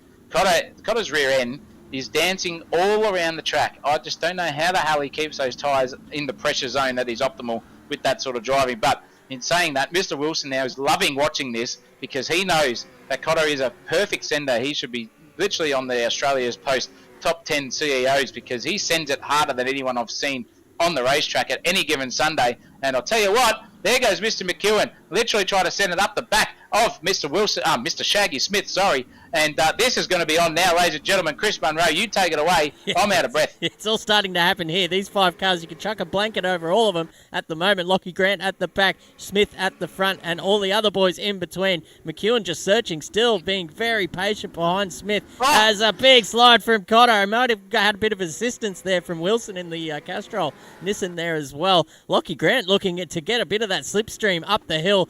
Cotter in no lands. Oh, big lock up for Cotter, and he's gone. He's out of this race. Ladies and gentlemen, he's off down the escape road. That is a big move in the championship. He's lost a couple of positions there. This is now Alex's time to strike. If he can get past Smith now and make hay while the sun is shining with 4 laps to go, ladies and gentlemen, this championship has opened wide up. Wow, what a mistake there by Cotter. Absolutely unintentional by himself. Unforced error in the tennis talk. Now, Alex McEwen, his eyes will be bigger than dinner plates at the moment. They were like shirt buttons about a minute ago, and now he'll be looking straight at the back of that Nissan and trying to get his way around at any point if he possibly can, because he doesn't want Wilson to yeet him up the backside, which nearly happened. Holy cowabunga. That was incredible stuff there. I don't know how the hell there wasn't a collision there between those two. Mr. Wilson is just absolutely sending it as hard as he can, because he knows at this point in time that Mr. Alex McEwen is in the championship battle, and he wants to make it pay as well as the sun shines, because there could be some inter-team orders, I would say, here between Send Defend Motorsport and Mr. Wilson in his Castrol Nissan livery. I can't remember what his team name is. But here goes Mr. McEwen around the outside if he can, ladies and gentlemen. Shaggy's run wide, but that allows Lockie Grant up the inside of Mr. Wilson, and that is a move for position. Very opportunistic by Lachlan Grant. Excellent move there. Nothing seeing there, ladies and gentlemen. That was perfect execution by Lachlan Grant. Saw the opportunity out and centre style and took it when he saw it. That's for sure. What a great move. Yeah, great move indeed. And it looks like Wilson's a little bit rattled there, smacking the exit in the background. But tell you what, Shaggy just holding on to this position like, he's hanging on for his dear life. He has got another 2 laps to hold on. Go on, Shaggy, do it for the boys. He's got McEwen. He's tried. He's thrown everything at him here. He's really slowing him down on the entry of that hairpin. He did it on the last lap, and they all compressed, and there was a bit of funny business. But he does it again this time. He might be listening to the broadcast. I think he might be taking some tips from the best out here.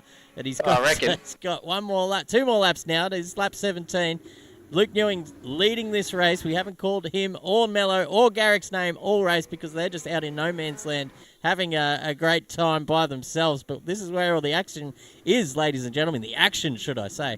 And here goes McEwen now looking up the inside. Shaggy just holding him at bay, placing that car in all the right positions, everywhere it needs to be. He is there. And the gates are being shut well early in advance where McEwen might just have a bit of sunshine. We can poke the nose up. Oh, where's he going to make this overtake if he can make it happen? Oh, I've got no idea. Maybe here, up the back straight here, coming up the hill and then down into the wide left-hander, which is a very opportunistic place to make a move here in real life and in sim racing. But Shaggy's got him covered. Alex McEwen goes really wide there. He's going for the inside run. Try to cut banter. That doesn't work for him at all. Shaggy's just doing an absolute drive of his lifetime here at the moment. Let's get off Shags and focus on the 3 behind him. We don't want to commentate, curse this performance at this time. That's for sure. Lachlan Grant, though, I'll tell you what, Chris Munro, that was a very, very opportunistic and a brilliant move by himself. I'm still literally chomping at the bit for him to get up the back of Alex McEwen to make another move like that. That was a beautiful stuff there from him. But in saying that, this 4-car battle, I tell you what, has been the highlight of the year so far in the V8 Supercar Series. This has just been thrilling stuff, nose to tail, banging doors, banging tail ends, banging wings off, whatever you want. You've got it all here at Newcastle, that's for sure. Yeah, it does. And it's we're into the second last lap of the race now.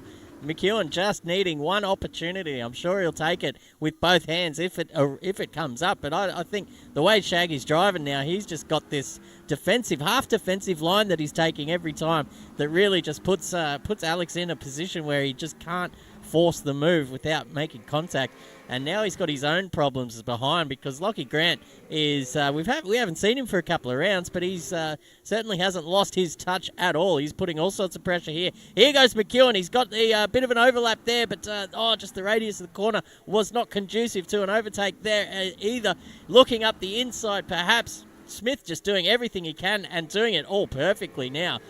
This is the race of his life. Shaggy Smith, the household will be going off after this one. I'll tell you what, there'll be plenty of shags going on. I'll tell you that. If that's the case, if he finishes in fourth, for sure. Nonetheless, that's a beautiful pun by myself if I don't say so. Anyway, I'll tell you what, one of my best ones, yeah, that's for sure. But he's still got a lap and a bit to go here, so let's not commentator curse him. Alex McEwen is all over the back of Shaggy Smith. Is this going to be a move down into turn 7? I think it is by the stage. I don't think he's going to get it done here. That's for sure. And if Alex locks a wheel, Lachlan Grant will be all over the back of him trying to take advantage of that 5th position, of these two gents, because crikeys, this has just been a drive of a century by the Nissan Hornet Racing at this stage. All he has to do is navigate 3 more corners, ladies and gents, and he's found himself in 4th in Lawrence Smith.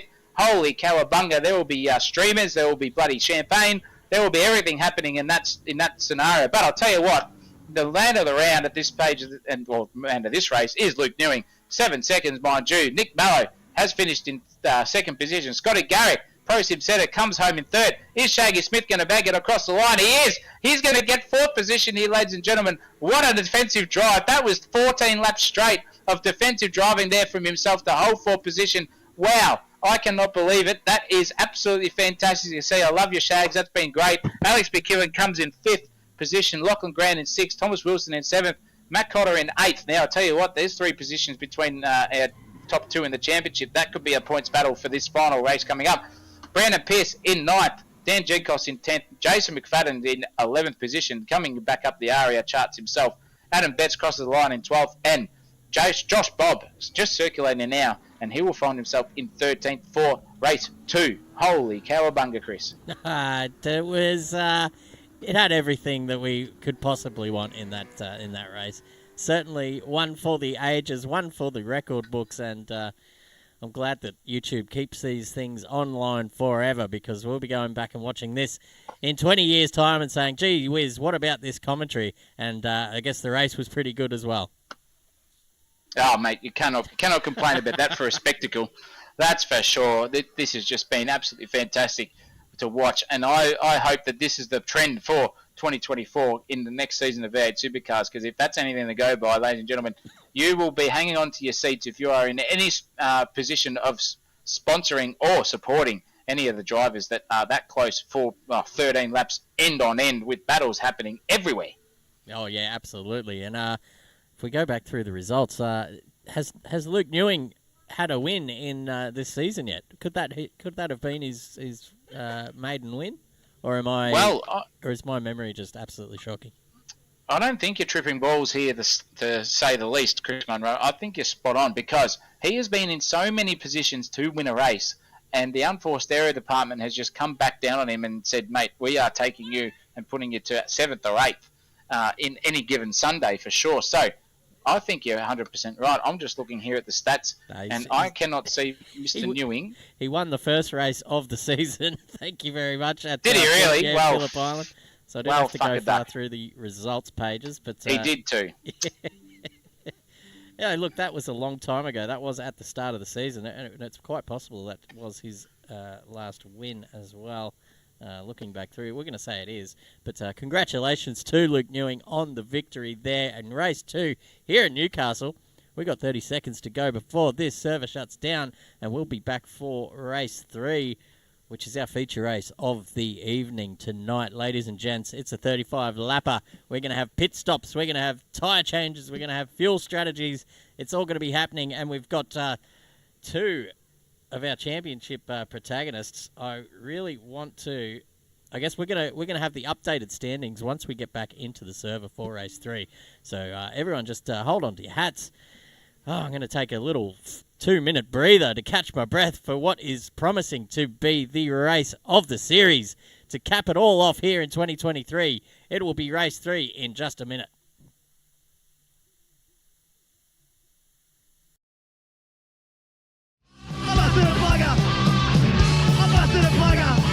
Shooting the tricks, what they got up.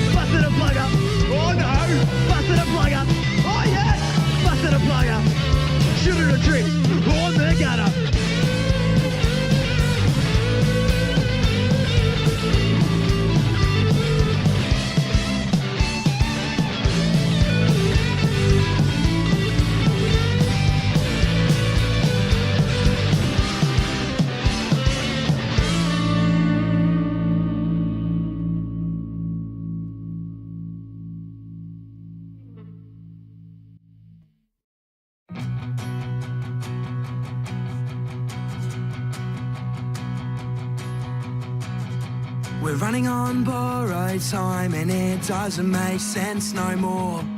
It's not you, it's me, plenty of fish in the sea, oh God. But they're cliches for a reason. There's reminders every season, and I wish you were the reason that these cliches are being thrown at me. But if you thought for one blunt second that someone would treat you better than you know one that sees any value in me, it's okay, Liana, I'm hoping you had yourself fun. 'Cause I'm stuck overthinking,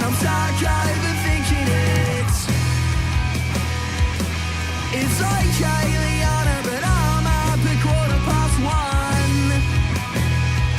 Just start overthinking, it. So stop overthinking, it. Take it on board or take it all back, it doesn't make a difference to me. It's the fact that you're gone and that you're moving on. Oh my God. And I wish that you were crying. Cynical, but I'm not lying. So I can stop myself denying myself of all these stupid cliches. If you thought for one blind second it's someone would treat you. Ladies and gentlemen, what a finale to 2023 we are witnessing here. This is on for the championship battle. Only 100 points between them. So a DNF here at the street circuit for Matt Cotter and a decent finish for Alex McEwen will present a championship fight to the end at this stage. I'm sure even if there was a second and maybe a 10th position for Alex and then 10th for Cotter, that could also be championship defining. I'll tell you what, if that race 2 that we just witnessed is anything to behold, and I don't care if I'm shouting into the mic, mind you, I just get too excited and my headset is too close to my mouth to adjust it in the budgeting department. We will be shouting to the heaven high hills here in Newcastle because this has been a cracking round of racing. Hats off to Lawrence Smith for the Fernando Alonso driving style there with him in the race 2. He fended off everyone for 14 laps behind him who are genuinely championship contenders, and carnage was presumed there behind them at this stage. But 35 laps, if you don't mind, coming right up here for race 3 and the final race of 2023. Chris Munro, I would say that there would be plenty of sweaty hands and plenty of sweaty eyebrows here if you are sitting in VR land behind the wheels of these V8 Supercars for race 3, because it's absolutely off at this stage. Hats off to everyone for a good series, but I'll tell you what, Fat Meow, if anything of this stuff happened back in Melbourne, we would be definitely in the showers and toweling off by now. I tell you what, the sweat glands are working overtime, as well as these drivers will be anyway. 35 laps around this gloriously challenging circuit, as we've seen. With I tell you what, on the chaos stakes, it's been a fairly tame one. The boys have been very controlled, and listening to our F1 correspondent in the background. Yes, the time for you sure. have to leave a space. So he's Fernando was very happy with Smithy's driving, and he wants to see more of it. And so do we, and so do the viewers at home. So we've got about 22 seconds before we get kicking, get this thing underway for the final time of 2023. And I am excited as a big fat man in a big yellow T-shirt with a dead mobile phone company. Big Kev. Big Kev. We got 4 seconds to go, ladies and gents. That's my cue to jump out and go back into it here.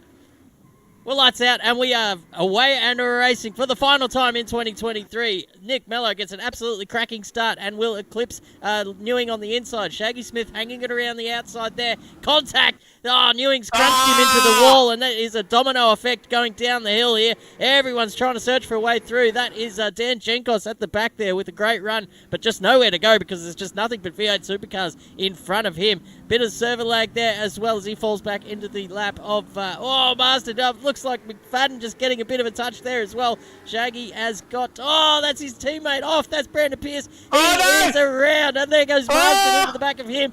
That's a big crash up the top of the hill there, ladies and gentlemen. Pierce will be damaged to all sorts of degrees here. We're going to have a look on the inside and just see how bad it is. There's a little bit of left hand down, but he might be able to get away with it until his registered pit stop for the strategy. But here up the front, it's Wilson, Cotter, and Garrick battling for the minor placings here in 4th position.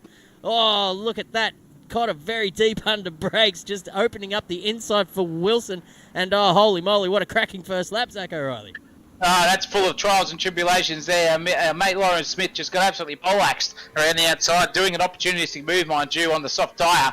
And he will be ruining that decision for sure. But Yes, contact everywhere. Marsden T-boning everyone, and Pierce has just literally done exactly McEwen what his into name the is. And there fence. goes McEwen. McEwen's gone. And that goes Matt Cotter around the outside, and Tom Wilson too. So that is disaster. The championship is all off at this stage for Alex McEwen. Matt Cotter will take the championship here at this rate, with anything to happen with 35 laps to go. But Scotty Garrick now is going around the outside, and he's just gone underneath Matt Cotter, and Matt Cotter's given him a touch again, and they've gone too wide coming down the staircase. Oh my goodness gracious me, what an absolutely opportunistic move there from Matt Cotter and Scotty Garrick. They were absolutely tooth and nail there for sure, and wowee, how did they come out of that without turning anyone around? I don't know, Chris Munro. Yeah, that's unreal. Scotty Garrick has been hot under the collar there. Just go perfect return serve. He says, well, you're going to get me on the outside. Well, I'm coming straight back up on the inside. Watch your mirrors, mate. Here I come.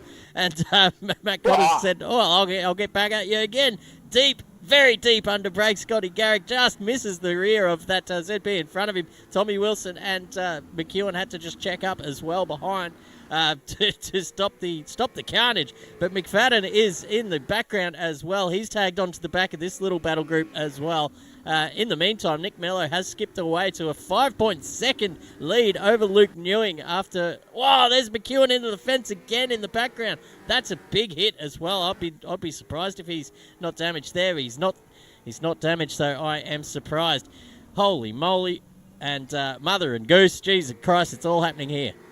I'll tell you what, if you're a religious man right now, you'll excuse the blaspheming by yourselves, but geez Louise, that is absolutely disaster here for Mr. McEwen. That championship looked run and done at the moment here for him with all the carnage on that one. Then he's centered himself, so the pressure cooker has arrived at the Mr. McEwen household for sure. But I'll tell you what, the biggest loser out of all that is our man Lawrence Smith. He was sitting down in 8th position with Marsden behind him too. With both of them haven't got any damage, surprisingly, on the steering department. So it's line battle there, line resumed, sorry. But I'll tell you what, Scotty Garrick in the Pro Sim Centre Volvo is doing a great job here to try and hold on to the back of Matt Cotter, with Thomas Wilson ruining every opportunity he can get behind him to make a move into 4th position. And this train resumes, as we said before, in lap race 2. Sort of got a Groundhog Day effect here, but too early on in the race to call it. With 31 laps to go, this is still anyone's game, and a pit stop if you don't mind, ladies and gentlemen. It's strategy. It will be happening. If there's any errors in the pits, Chris, or they'll tell you what, these guys will be absolutely kicking themselves if they decide to overshoot their pit box. Yeah, it's happened to the best of us. Something you really need to practice as well. It's the side of sim racing that often gets overlooked is pit stop practice and entry into said pit lane, because in all of our servers we do run I think it's an 80 kilometre speed limit into the pits, and so you must be doing 80 kilometres an hour or less once you hit that control line at the yellow line, usually at the front of the pit lane. So it's something that you really need to practice, because when the racing's this tight, it can come down to either a muffed pit stop or a perfected one, and you could make up positions and or drop positions depending on how you go into the pit lane. So it's something to think about there for the drivers at home that might think, oh, I don't need to practice pit stops. Well, you do. You've got to practice everything here at AK Racing if you want to be up the top, and mixing it with these fast boys up there, these absolute aliens in this server. Nick Mello now has stretched that gap out to 7.8 seconds. Mind you, he is on the super soft tyre, and we saw in the first race, those guys were going 15 laps. Fairly no worries, I think. There was a little bit of shakiness towards the end of those laps. With I think the rears were starting to light up for a lot of these guys, but the tyre battle's on now, Zach O'Reilly. Yeah, spot on, Chris. And speaking of the pit lane battles, as you said earlier, our man in 5th position, Tom Wilson, is also on the super soft tyre, as is Stephen Marsden in 7th. So these guys will be looking to claw their way through the field. And that's why Thomas Wilson has skipped away from Alex McEwen there at a rate of knots, and is also all over the back here of Scotty Garrick in the Pro Sim Centre, because that tyre difference in the Delta department is a good half a second a lap at least here, with a full load of fuel per lap. So anything could happen here. I think we're going to see one of those alternate strategies from the pit crew and the strategic department in the Wilson camp, in the Castrol camp, that's for sure.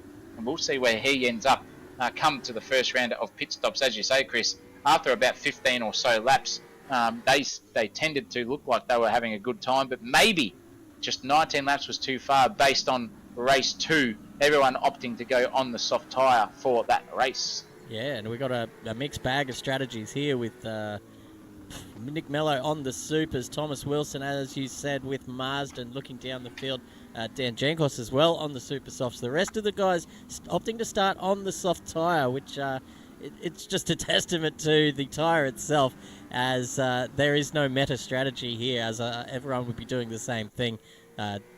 You can take my word for that. These guys do enough practice. They will know that it's a flip of the coin, basically. How are you feeling on the day as to which tyres you want to strap on and start off with? I think put myself in the driver's seat for a second. I'd be going super soft, 15 laps, super soft for the rest. I wouldn't be touching the softs around here, but look, these guys have probably done more practice than I have around this circuit, at least this time around. I did about 20 laps during the week, and I'm happy I'm up here in the commentary box. I'll give you the tip. Well, especially around here, Chris, it's it's not for the faint-hearted, that's for sure. Around Newcastle, it's a difficult track at the best of times, and we have some invisible walls circulating as well around this circuit. If you're wondering why these guys aren't hitting apexes at a couple of corners, it's generally because that is the wall at the apex that they are hitting. So keep in mind that for the viewers at home. But as you said, yeah, supers and then a super would be the opportunistic way to go. But as you said, there are different strategies, and there are 3 different camps out there at the moment in the manufacturer's department. So anything goes, and if we've seen anything happen before in the past, it has been an alternate strategy win for Thomas Wilson. He seems to be able to sit behind his computer and do some calculations, maybe some arithmetic and some trigonometry during the 2-week break that we have between rounds to work out what strategy is best, depending on where he sits. So sitting back there in 5th and just getting a bit of a battle here. That Volvo of Scotty Garrick in the Pro Sim Centre Volvo is looking a bit wider than I think Thomas Wilson would have liked to have anticipated during the sessions and the practices he has done, because he's not giving up too much time there at this point. And that's Connor around. Connor's in the wall, and Alex McEwen's going to skip past him here too, ladies and gentlemen, if that's the chase. Yes, and does Mr. Connor have any damage? We'll have a quick squeeze at his. No, he's got no steering damage, luckily, but there will be plenty of air after that trip into the concrete barrier. I'll tell you what, lucky Assetto Corsa physics are not exactly like real life. That was DNF in any day of the week for sure with that move. But holy cow, it's on now. Mr. McEwen will be looking at the front of Thomas Wilson's Nissan, at the back, of Thomas Wilson's car, because Scotty Garrick's holding him up and hoping to get a couple of positions between himself and Cotter for that position in the championship. Jeez Louise, I tell you what, motor racing never fails to disappoint. Yeah, just when you think there's a bit of a lull, here goes Cotter and just sends it straight into the concrete barrier. He's so lucky to get away with that and having no damage to the steering arm and suspension for that matter. That looked like a very hard hit. And I'll tell you what, Alex McEwen, his eyes would have lit up at the sight of that, and he's probably hoping now for a bit more, maybe a repeat. I thought, geez, I'll tell you what, Cotter I think he was thinking about coming into the pit lane there. Maybe there is a fair bit of, maybe there is a bit of suspension damage. Maybe not so steering arm problem, but certainly a lot of aero. Yeah, you see him just testing the limits of that car coming in to the braking zone for turn 2. And you see Marsden now just making his way up behind Matt Cotter. He is on the super softs, so he will be under attack here from the Volvo. And we're going to see exactly maybe how much aero damage this car has, and if it's going to hurt his pace at all.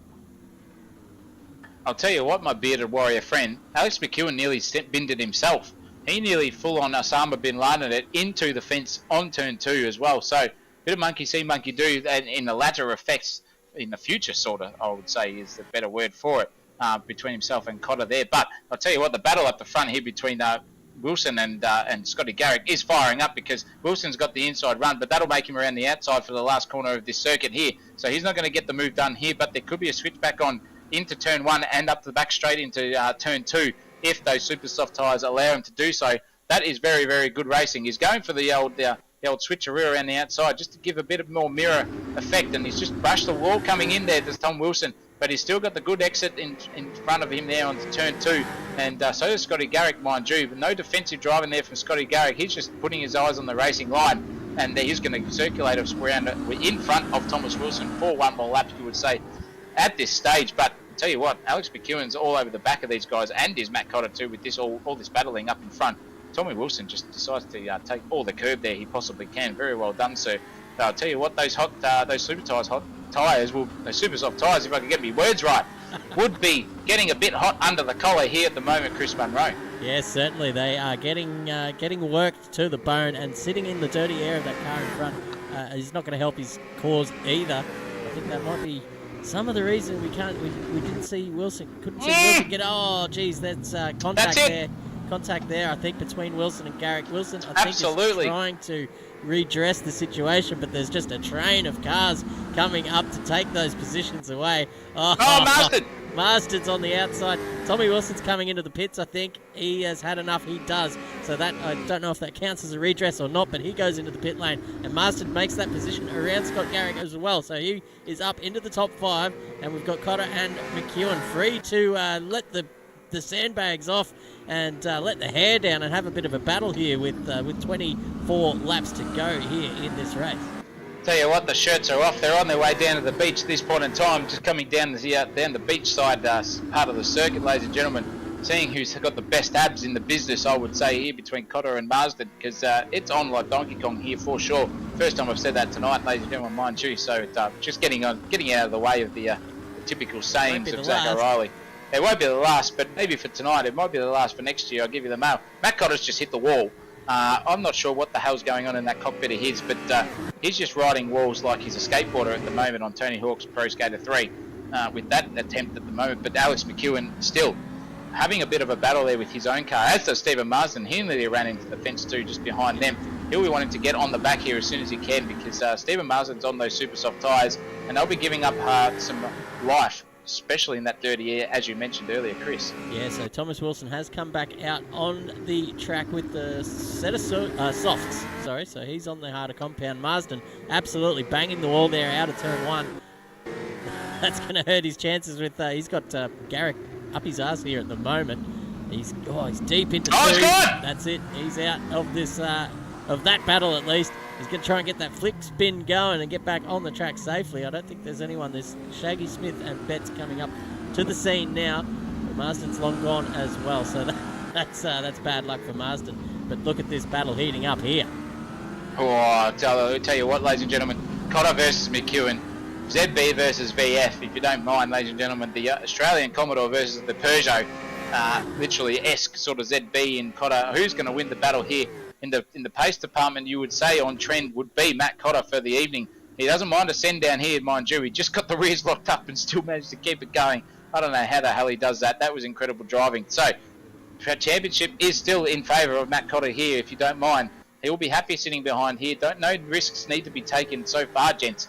I think Alex McEwen's just given the white flag on the championship, but maybe for the old cock-off on the street circuits here at Newcastle, it's still on.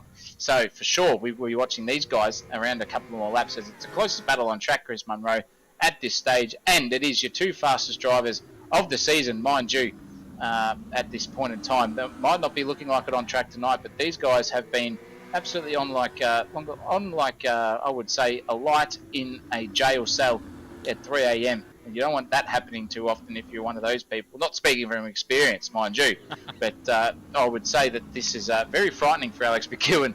Mind you, just a quick pointer there, Chris, is Alex McEwen missed a round, ladies and gentlemen, this season. So that is the only reason he is not leading this championship. I would say he had been fair and square in front, and one race and one round, I guess, basically could be the difference between you leading and not leading this championship. Yeah, looking back through that round, Alex did not attend, I forget which race it was, but here on the calendar it's got Matt Cotter taking the round win whilst Alex was away, and he ate into that deficit by 375 points that round. So that was actually a really big swing in the championship when McEwen did not turn up. I think he was on holidays, so he's out living life. Like I strongly advise all you sim racers to do. Get out there and enjoy the real world. Touch some grass once in a while. But never forget to come back and have a rip round the circuits here in the sim world, because I'll tell you what, it's the sport is growing. It's been steadily there since the old COVID periods. It's had a bit of a drop-off lately, but when you got absolutely cracking legs like AK Racing around, you can bet your bottom dollar there is plenty to keep your sim racing, I guess, appetite full. Is that something that's... Yeah. No, I'm with you. I know you personally, so I got it. But if you're out there in sim racing land, Chris meant to say that if you want good racing and you are hungry for any of that, come to AK Racing to watch, because I'll tell you what, if you've got an empty bowl by the end of every session and every round that we have, it'll be full and you'll be wanting seconds. And there goes that was Mr. Betts behind Lauren Smith, if you don't mind. I know we weren't watching them, but that was a very big send there too by Mr. Betts, and he nearly yeeted himself into the wall. Now, man, 5th and 4th in race 1 and 2. Mr. Smith is finding himself in 7th, so could be a bit of a strategy battle going on here for him later in the race. Don't count him out by any means of any result in the top 5 at this stage, with those two being the closest battle on track at the moment. Stephen Marsden's just come into the pits. He said thank you very much to those super soft tyres, and I assume he will come out on the softs to complete the last 20 laps of this race on that compound, and hope to rack up some more positions from where he sits. He's sitting there a long while. That was a 30-second pit stop, if you don't mind you, sitting there, so there's a bit of fuel to be had. I think Marsden, Chris, was hoping to be a little bit further up the track than he was with that low fuel on that super soft tyre. Yeah, very disappointing round again for Stephen Marsden. Just can't catch a break. Can our friend in the IKEA livery seems to get tangled up just at the most unopportune times, especially a few rounds ago when he was sitting quite comfortably 3rd in the championship, and then came out and had an absolute shocking round, and that dropped him down the standings. He is now sitting 4th, and will probably end up 4th, as he's in a bit of no man's land there in between Nick Mellor and Luke Newing. But speaking of Luke Newing, he's got a 9-second gap to make up in front to Nick Mellor, and I tell you what, Nick Mellor's probably on.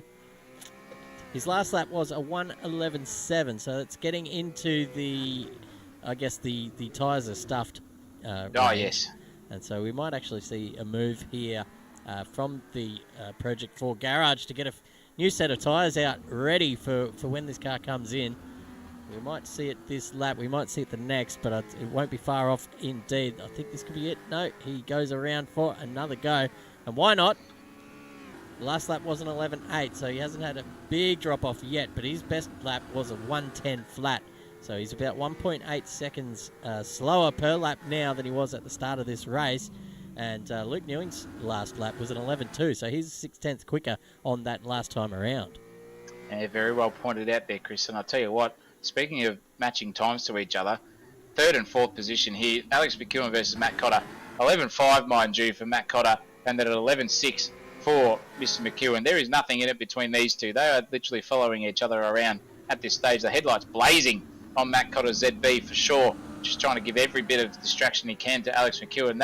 That rear end of Alex McEwen's VF is dancing around more than a $2 stripper at the cheapest strip club in the city. He is working hard for the money at this point in time in 3rd position, but that is effectively 4th and 5th, I would say, with that pit stop coming through. But Wilson at this stage too, he's sitting pretty in 6th. He's come through at the 8th, sorry. He's come through a bit of a trial and tribulation race at this stage, if you don't mind. But the battle of the moment is Alex McEwen and Matt Cotter, and they're just exchanging lines here. More than a cocaine addict, there's more exchange of lines. There goes Cotter up the inside. That is a beautiful move there from Matt Cotter. He was sideways, mind you, coming mid-pass through the B pillar. He was sideways under Alex McEwen. That is send of the year for sure, and the cleanest one I have seen from Matt Cotter. Wow, what a move there for P3 in the track position, ladies and gentlemen.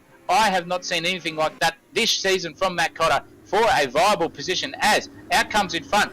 Mr. Mello has just come out and pitted, and he is still in front of these two. Those softs will be super cold, as I said before, as cold as an Eskimo's dick, and he will be letting these guys through shoreline astern just to let Alex McEwen get in the battle back between him and Matt Cotter.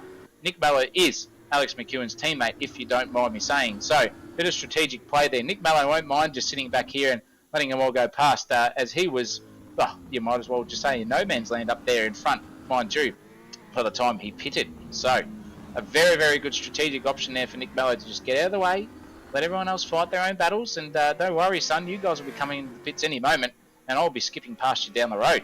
Yeah, absolutely. That was a really great pit stop. It must have been anyway for Mello to come out in front of these guys, and obviously couldn't hold the pace with them because of the tyre temperature not being in its optimal spot yet. But he finds himself down in 5th, and he's not that far off these guys. And as you said before, they will be coming in to take their pit stops soon. Nick Mello's probably fueled up and has the soft tyre on to get to the end of this race. I think I just had a stroke mid-sentence there, but we're back. Okay. We're back. Luke Newing now is in the lead of this race. He's got a 12-second gap to Matt Cotter and Alex McEwen back there in 3rd. And I think he'll be probably... they'll be next to come in. He did start on the soft tyre, so we're going to see how far he can actually stretch this into this stint. And maybe look at... 15 maybe, or 14 lap sprint to the line on the Super Softs.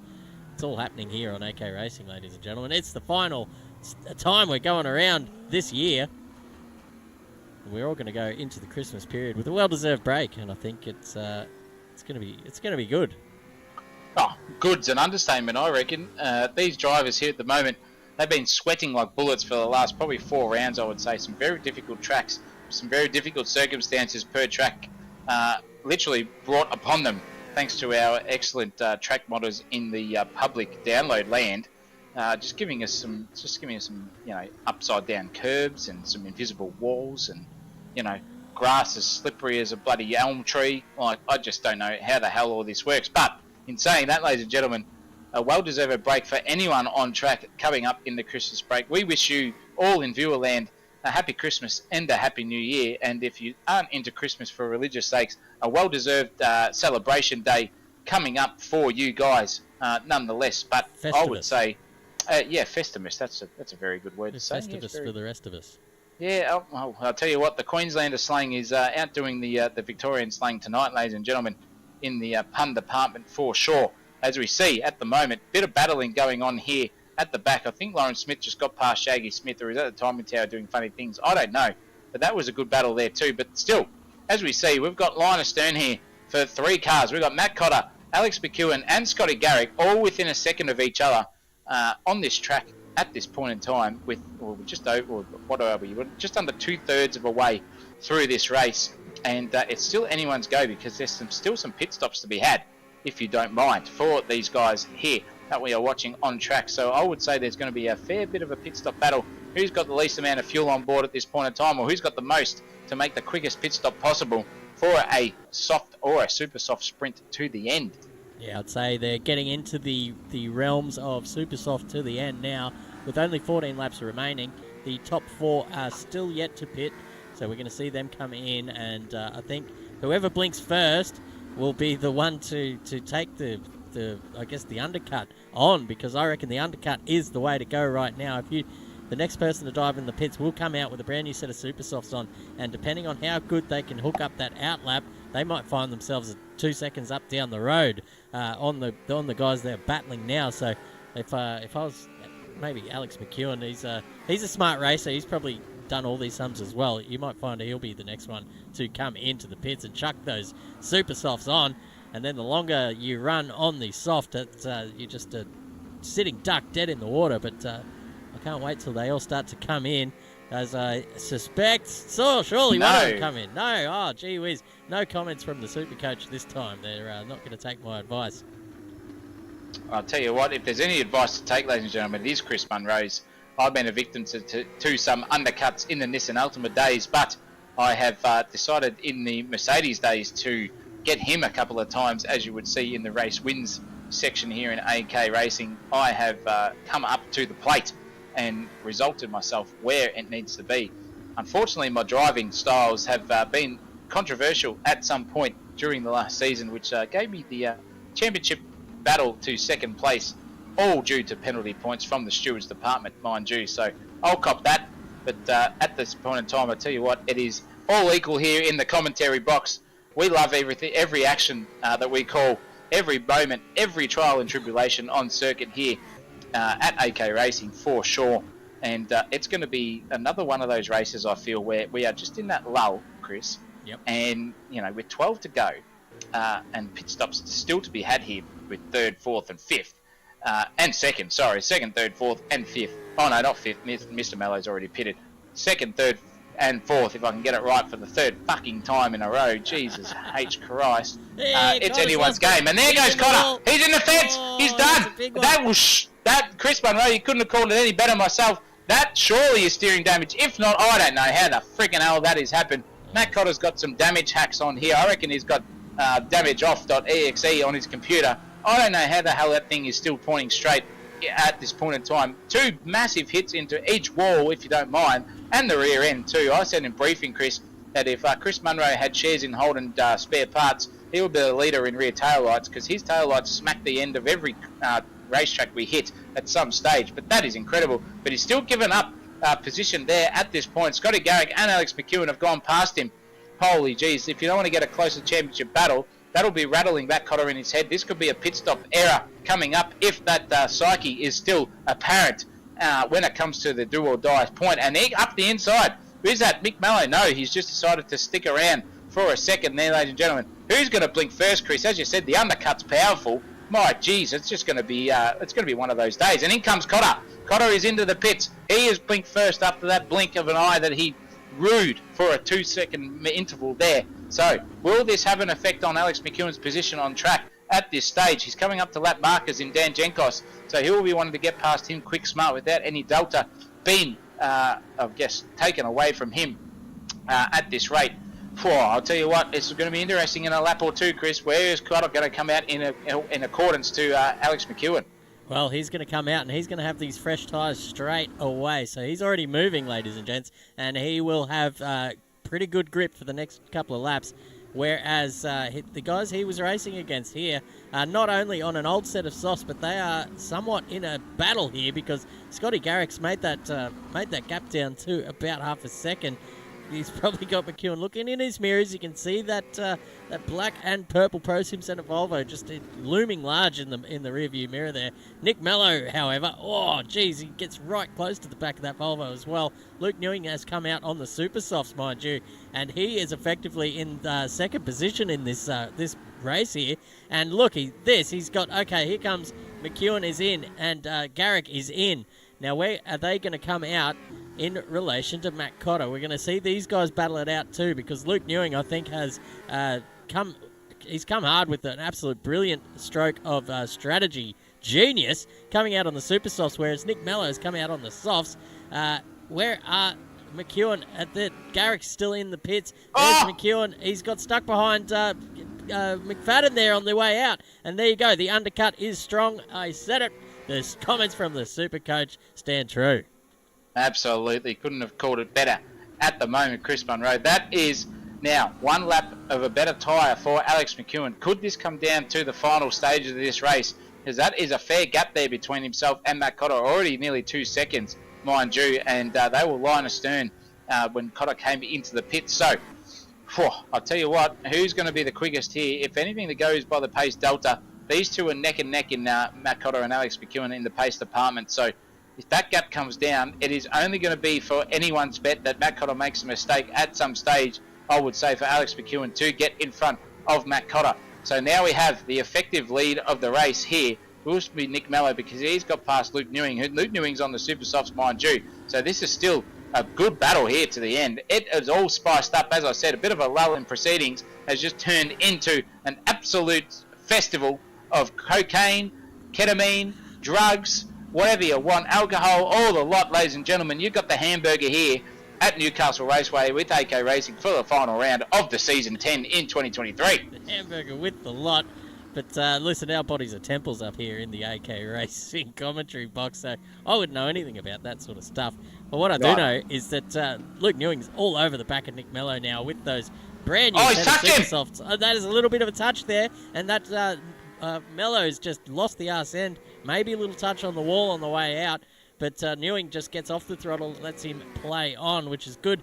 Sensible driving there from Newing. We're going to see how he can set up this overtake now, ladies and gents. He's got the superior straight line tyre performance, whether it be braking and/or traction. And look at this, he's just poked the nose up on the inside there of the final turn. But Nick Mello has got the better traction and will lead once again around this circuit. He's got the inside run here, and he will lead into turn 1 again. Luke Newing get a very good run out of turn 1, actually. We're going to try and ride on board. My keyboard stopped working, so we're going to just stick with this view. Luke Newing just showing the nose big time, actually, and he's going to just send it from way back.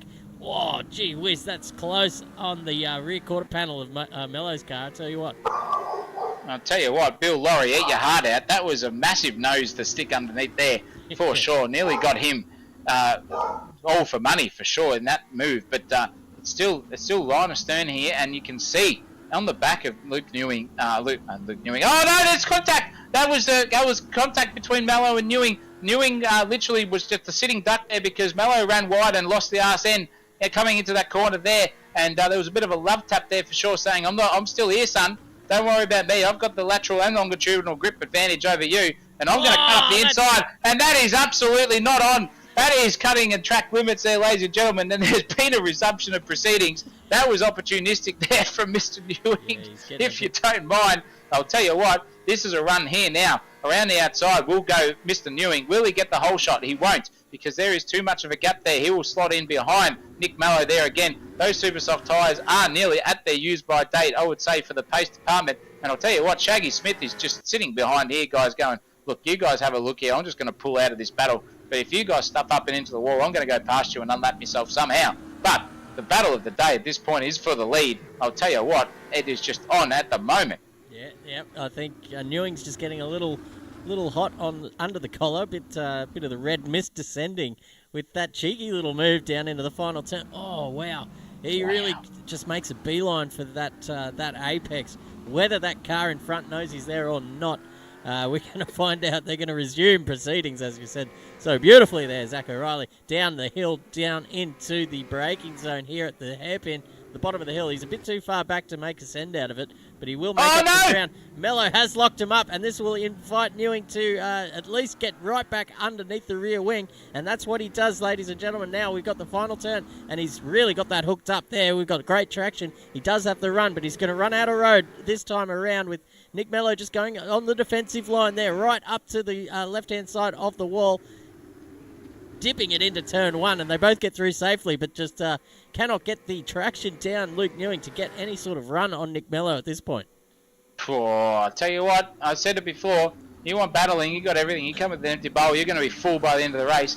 This is absolutely fantastic driving here by the both of them, but I have a feeling Luke Newing's super soft tyres are getting a bit too hot there to make any advantage. And oh no, here he goes! Oh, that was a massive nose, and he's touched the wall there, Luke Newing as well. And that invites Shaggy Smith, but he's going to say, no, I'll leave you guys battling again. Very gentlemanly like, but that has given some breathing room to Nick Mello on those soft tyres with 29 laps gone, ladies and gentlemen, for the battle in the lead here. I'll tell you what, if Nick Mello can hang on here, that is a drive for the century himself. Very Shaggy Smith-esque as he is in the background there of race 1 and 2 in the defence department. But I'll tell you what, if the pace difference gets any better, it's going to be now, because Luke Newing has some breathing space. He can get his mind back on the job, get those racing lines and those apexes mint in his vision, and hopefully he can get back onto the arse end of that VF Commodore with 5 laps to go, ladies and gentlemen, on the super soft tyres, if you don't mind, to get the lead and take the final win of 2023 and Season 10 here in AK Racing in the V8 Supercar Series. Absolutely, and we've got in the background Matt Cotter just casually doing the fastest lap of a 109 something. It was a 109.6. 109.6. Gee whiz, that's a bang on qualifying pace there. But Luke Newing has made up the. Oh, geez, that's a send from absolutely nowhere. That's wowee. He's just hanging on to the absolute ragged edge of this Volvo. He came from nowhere there. But I'll tell you what Luke Newing needs to do. He just needs to settle down. Oh, suck him! Oh, Go around! He's turned him around, and he's stopped in the middle of the track. Shaggy has managed to find his way through. Here comes Cotter. He's going to take the lead of this race, ladies and gentlemen. He sees the first and second place cars going very slowly. Nick Mello not happy at all with Luke Newing there, giving him a little bit of a side swipe on the way past. Thank you, mother, for the rabbits very much, he says. Oh, geez. And that's what I was about to say, too. Luke Newing just needs to calm it down a little bit and use those super softs where they are most advantageous. And all he needed to do, ladies and gentlemen, was just sit under that rear wing coming out of that turn, and he would have had a nice run, and he would have been within distance to just outbrake Nick Mello down into that final hairpin. Yeah, absolutely, Chris. And no better way to sign off a season for Matt Cotter in winning this race so far. He's got 4 laps to keep it all together. Very fitting. I know we said that Alex McEwen missed a round, but that's all part of sim racing. You've got to be in it to win it, ladies and gentlemen. And Matt Cotter has done exactly that all season. He's been at every race. He's turned up. He's had shit rounds. He's had good rounds. He's had absolutely disastrous races. I'll tell you what, sometimes you find him down in 15th position, finds himself back up in 3rd by the end of it. And at this point in time, it's a very deserved win to Matt Cotter for season 10 at this stage, because I just saw Alex McEwen on the final corner of this lap coming up, or this lap that we are on now, yeeted it into the wall, and that is not like him. Sorry. And now Nick Mello's lost it, and here goes Luke Newing. Is Luke Newing going to have a ping up the inside? I don't think so. I think Newing's just decided to wave the white flag here for the time being, because he doesn't want to come a cropper once more with Nick Mello, because I'll tell you what, the Mumble server here at OK Racing will be blowing up. There will be people entering and exiting channels like fucking hot pies at this stage, at the point, if they come together once more, because that is a massive moment there for Mr. Newing. And here comes Mr. McEwen. I just spoke of the devil before. He's going to switch back up the inside. He's trying to get in on this battle too, because these guys are just slowing each other down like nothing you've ever seen before on a racetrack. Alex McEwen's come from 4 seconds behind and is already within 2/10 of Luke Newing. Yeah, it's all happening here, ladies and gents. He's found himself in a bit of a iced coffee sandwich here as Luke Newing. And certainly the best part of those super softs has run and gone for now. And, geez, he gets close to Mello again on that same corner where he turned him around just a couple of laps ago. So he just needs to calm it down, get under the rear wing here and just outbrake him into the section here. But, look, you can tell them all you want about how good we were when we were racing, Zach, but they just don't listen, do they? No, and that's a testament to not listening to anyone who's not your hero. And I guarantee you, we're not anyone's hero here in AK Racing. We are just the devils on track. So they are happy and singing to the high hills that we are not on circuit for this season. Because I'll tell you what, if we were commentating and racing at the same time, I still reckon we'd be in front, mind you. But in saying that, take nothing away from these competitors. These guys have been absolutely thrilling all year. I love every moment that we're in this commentary box. It is as good, if not better, as a domination of a weekend or a race win here in V8 Supercars. Speaking of that too, Chris Munro, you said earlier about getting the hamburger with the lot. If you guys think that this is battling and these guys are just Gumbies, absolutely just holding each other up and being slow at the same time, but producing great racing. Oh no!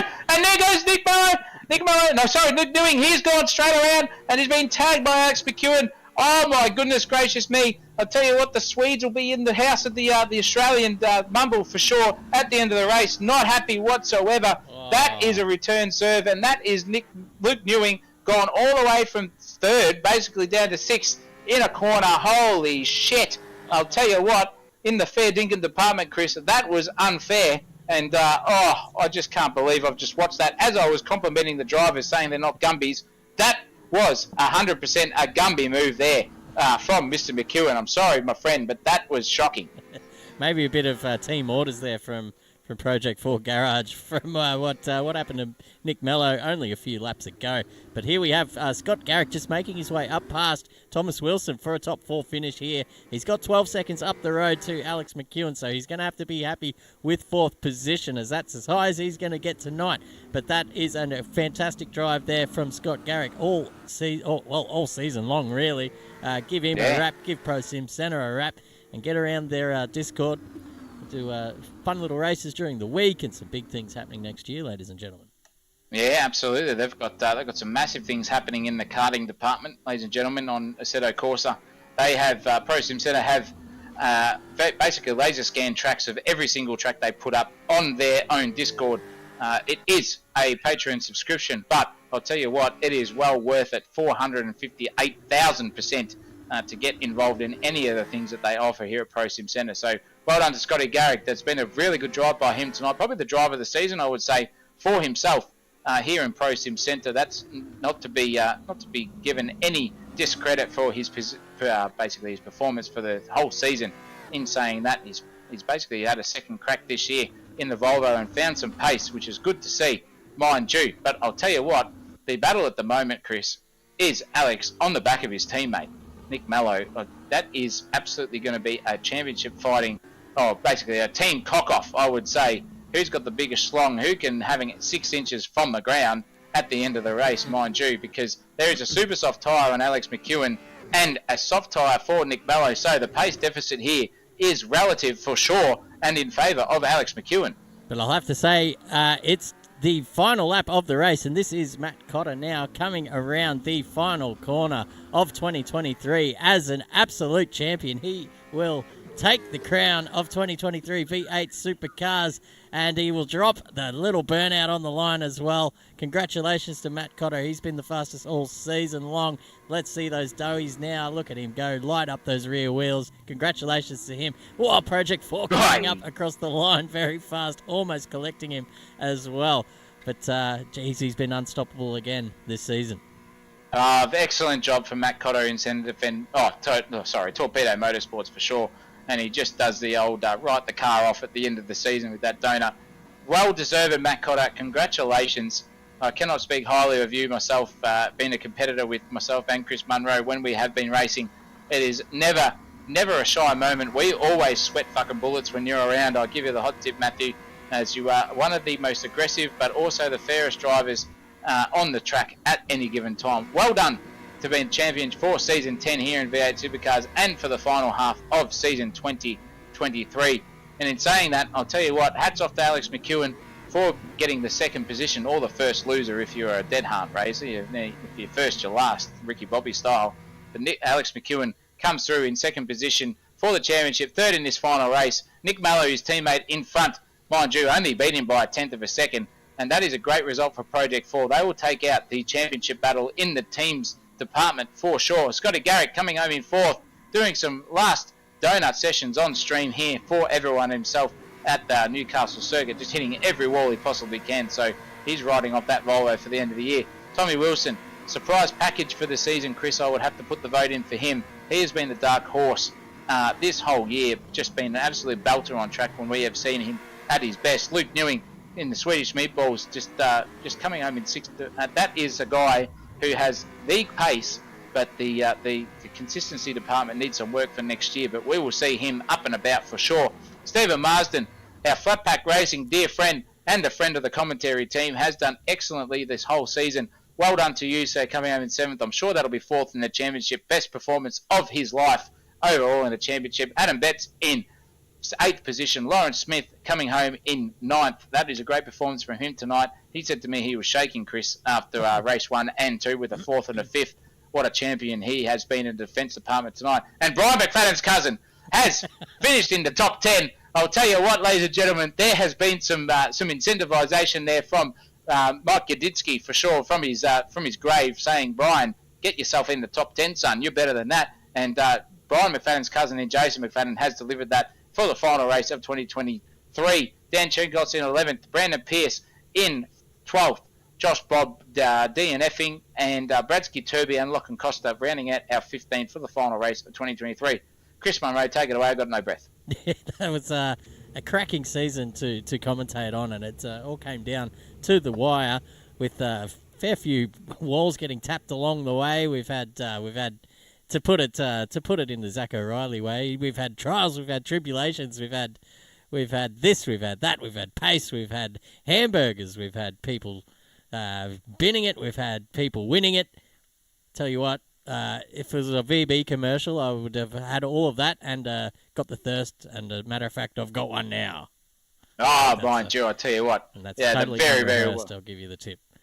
Well, I'll tell you what, Chris, everything we do is unrehearsed here at AK Racing in the commentary box. And we do it on a whim, ladies and gentlemen, and for absolute love, not for money whatsoever. We love every second of this, that's for sure. AK Racing is the place to be for 2024 if you want your sim racing fix I'll tell you what, a lot of people tell us that they've never heard of us. I'll give you the hot tip. They are bullshit artists at its peak. We are the premier Assetto Corsa Racing League of Australia and New Zealand here, if you don't mind me saying that. We have got everything. You want racing, you want battles, you want qualifying, you want the quickest drivers all having a good crack around the circuit at any given time. You have got it here at AK Racing. We have V8s, we have Wednesday Cup, which is anyone's bet on what cars you get and different tracks. That is a cracking season. We've got 90s V8 supercars absolutely lighting up the circuit at any given Sunday as well, or Thursday night if you don't mind, sorry. And that is all to come and more in 2024, Chris Munro. We would have to say, Chris, that despite that we are on track at the best of times, the elitists of AK Racing, the top aliens of the superior race, it's been an absolute pleasure to have been with you for the season 10 and for the latter half of 2023 in the commentary box. I've not had that much fun in my whole life, and it's a credit to yourself for putting on the stream in the Wednesday Cup, putting it on at the night time as well. And it's going to be a beautiful season next year in 2024 together, nonetheless. Thank you so much for the kind words, and all those sentiments are returned back at you with a times 2 at the end. I'll give you the tip. It has been probably the most fun I've had in a sim racing server, and that includes all the racing. So it's something different that we've tried this year with a bit of live commentary, but it seems to have worked out as we've gone across the 200 subscriber mark just recently, which is unreal. We've got a few of our videos up around the 1,000 view mark as well, which is unreal. And all the kind comments from the racers and the viewers at home as well just makes it all so much sweeter at the end of the day. But it's been an absolutely cracking season, and it's been a cracking year as well, 2023. But as you said, there's big things to come in 2024 with all the series that we've just aforementioned, plus I'm sure a few new ones on the horizon too. So if you're at home and you're still watching and you want to get involved in some of this racing for next year, as we're all packed up now, this is the last one for this year, but get involved. There'll be some fun races over the summer break, and we'll be back in 2024. But get in that Discord. The link's there in the top right or in the description box underneath this video. You'll be welcomed with open arms in our Discord server, and there's plenty of series to sink your teeth into, whether you're a sim racing newbie or you're a seasoned veteran that thinks he can rough it up with these aliens. Then get involved, put your money where your mouth is, come and say g'day. And I think that will be enough for us tonight and this year. What do you reckon? We should wrap it up now. Well, I was going to say, how about we hear from our drivers in the post-race idea. interview section, Chris Munro? How could you forget about our top 3 drivers, Matt Cotter, Nick Mallow and Alex McEwen, finishing in the top 3 for the final race of the season? And we have a lot of drivers sitting in this server at this stage in the post-race interview section of the Mumble server. But we were going to hear from them now. I'll give you the hot tip. Chris Munro, take it away. Our winner from race 1 at this stage. I'll tell you what, Matt Cotter, what an absolute experience. But Chris, you give us the first question. Yeah, I'll have to cut you off there, Zach O'Reilly. You are not coming through on the Mumble server, but here he is now. So we've got our top 3 drivers here in the interview box with us here. We've got Alex McEwen, Luke Newing, Matt Cotter, Nick Mellow's in here as well. The top 4 in the racing tonight. Any questions for them, Zach O'Reilly? I'll tell you what, I have a lot of questions for Matthew Cotter, because that car was more sideways than a D1 GP competition at any given stage of the Newcastle Street Circuit. Give us, it's the last race of the season, Matthew, and I know it's 2023, but 2024 brings new setups and new attitudes to driving. Are you happy in the ZB, and you're going to keep giving us the old sideways sends under braking, or are we going to get some different manufacturers for next year under yourself in the V8 Supercars season? I'll probably stick with the ZB. Send it. I've got a few good setups. He's not there. He's coming through quite fine, Zach O'Reilly, on my... I can't hear him. Yep. You might have to jump in the configuration channel there and sort that out. But as you were, Matt Cotter. Yeah, I might stick with the ZB, send it a few times, and try amend a few setups which have been a bit chonky to say the least, especially the last 2 rounds. So can't go wrong with the ZB at the moment. Yeah, it seems to be the magic sauce for you. Winning a couple of championships now. How many you got in your trophy room? Oh, I've lost enough fingers to count them, but I think 3 so far. Whoa, ladies and gentlemen, he's laying the gauntlet down. Our first triple winner that is still racing with us. Your old teammate probably had a few as well. What was his name? Peter someone. I've forgotten his name. Oh, my God.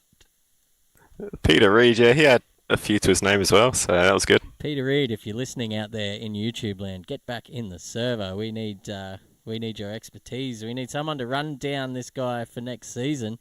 And one of the guys that is in line, I guess, to win a championship. As they say, you've got to lose one before you win one. Alex McEwen. Howdy. How are you feeling now with the gap at the end of all of that being, I guess, less than 100 points? I don't like dwelling on what ifs. I think I'll put it that way. But I think I can. Yeah, we were chatting on the stream actually about one particular round where there was a did not show. Submittable absence. Yes, exactly. But In my as defence, as per the original schedule, I think it was Sandown I was likely to have missed. So stars didn't align. Well, look, I'll tell you what about stars aligning. It's been a bit of trial and tribulation here for Mr. Newing. It's a good segue for yourself. We basically said on the stream, Luke, that you haven't won a race this season, but we were wrong. You won in the first round, but you have generally had some pace this year for sure, but just that the old consistency department's a bit lacking there, if I don't mind saying that myself. What happens in the race? We just seem to commentator Kershaw or the old bad luck stick just strikes down upon you like a lightning from the Greek gods himself. What happens there with you, my friend? The old consistency problem flares up every now and then. It's getting better, but a lot of work to do on the off season. Oh, for sure, and it's been great to watch anyway because you have been one of the quickest in the practice servers and the qualifying sessions to see that. So I hope next year that we see you up there to battle with these three gentlemen for sure, and Alex McEwen, Matt Cotter, and Mr. Mallow himself. But my question to Nick Mallow is the VF Commodore OP, or have you just found a sweet spot there with Alex McEwen being your teammate for the year? I just picked it because I like the car, as in like not even the V8 supercar or how it feels in the game. I like the brand, I like the car, and I said, "Hey, Alex, want to join me?" I was on track to drive the Volvo, so it took a lot of convincing, obviously. Yeah. Oh, Chris, I'll tell you what, we've been avid followers of the Nissan, yourself and myself being the VF too, but that Mercedes, I'll tell you what, I reckon you three next year need to get in a Mercedes and give it a bit of a run. What do you reckon, Chris? We need at least someone to be in the Mercedes. It's got no love this year, as well as the round blue badge. There's been absolutely hardly anyone driving the old Fords around as well, so it's turning into a bit of a Nissan Volvo Holden show here at the moment. Yeah, gentlemen, the race is upon us in Cotter, Mallow, and McEwen. And Ewing, sorry. And if you guys have one car that you would like to try out next season and you had to by force, which one would it be? Starting with yourself, Alex McEwen, then we'll give Ewing a go, Cotter and Mallow in order there. You take it away, Mr. McEwen. As in, like, which of the cars? Yes. Oh, I'd want to lean either Volvo or FGX. Okay. And Mr. Ewing? I'd have to go to FGX, I reckon. I've been trying it a bit and like it. It feels nice. Very quick in the straight line. Might have to go the VF. Sticking with the Holden badge, I like it. Bit of dedication there to the brand. And Mallow, of course, yourself being in the Holden. Surely there's another opportunity there with a different manufacturer. Give us something we haven't heard already, surely. I was probably going to go the Volvo as well, actually. bloody boring as batshit, you lot. I'll tell you what. It's going to be the Volvo Cup next year. I can give you the tip. Yeah, I reckon we might as well just change the name to the V8 Supercar Swedish competition in the Volvos for sure. But Chris, I've got no more questions. If you have some more, please fire away, my dear friend. No, I'm short on the questions tonight, but just a big congratulations to all four of you guys for a well-deserved, I guess, victory. And, second and third and fourth, that's a victory in my mind as well. So pat yourselves on the back and thank you for turning up every week. Yeah. And there was a certain Teams Championship advertisement that... Chris? Oh, the Project 4. What happened there? They were the winners. Project 4 way out in front in the team standings with Flat Packed Racing Play the song. in second position, actually. Swedish Meatballs third. Got to play the song, mate. Oh, what was the song? Yes, hang on. I can do it now. What song was it? Dare Ice Coffee song, wasn't it? No, not Dare Ice Coffee. Mate. You talk amongst yourselves while I... Mate, I'm about to leave the interview, mate. Farmers Union, Chris Munro. Talk about being the central commentary position. Can't even get the sponsors right. I'll tell you what, I'm gonna have to take it over next year, I reckon. With that performance, that is a disaster. Come on, give us the song. Hurry up. Here it comes. Our national anthem. You might not be able to hear it on your ends, but it's certainly coming through the stream. Give us a few lyrics. Come on, Alex, give us a few. Live without I don't know the lyrics. Union iced coffee. Mornings would feel so empty. And Farmers Union iced coffee. Mornings would feel so empty. That I love so dearly. I drank her When it's finished, Chris Munro, this is the longest anthem I've ever heard. They all just tasted wrong. Oh, Inside the fridge, the cartons were chilling. 4 degrees or a tad below. hold me now. touch me now. I can't leave the country without you.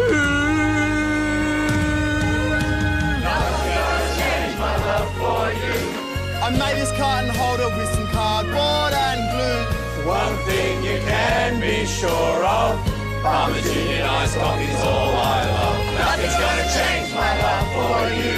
I went to Thailand, I got this tattoo. I like my footy and my Farmers Union iced coffee. Project 4's main sponsor there. All over their two cars, their VF Commodores this season. And for the last two viewers that just dropped off during that that rendition, thank you for tuning in. Sorry, we've got you some viewers. Yeah, no, that's all right. It's the end of the night and it's the end of the season. It's the end of the year. It's been absolutely cracking all year to have this kind of level of competition as well. The racing's been so tight between everyone.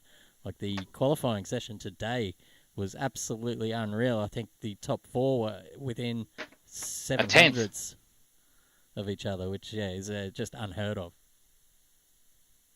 Yeah, credit to you, gentlemen, racing out there, just putting it on when it counts. That's for sure in the qualifying department. But I think with that, ladies and gentlemen, we're going to have to sign off for the season.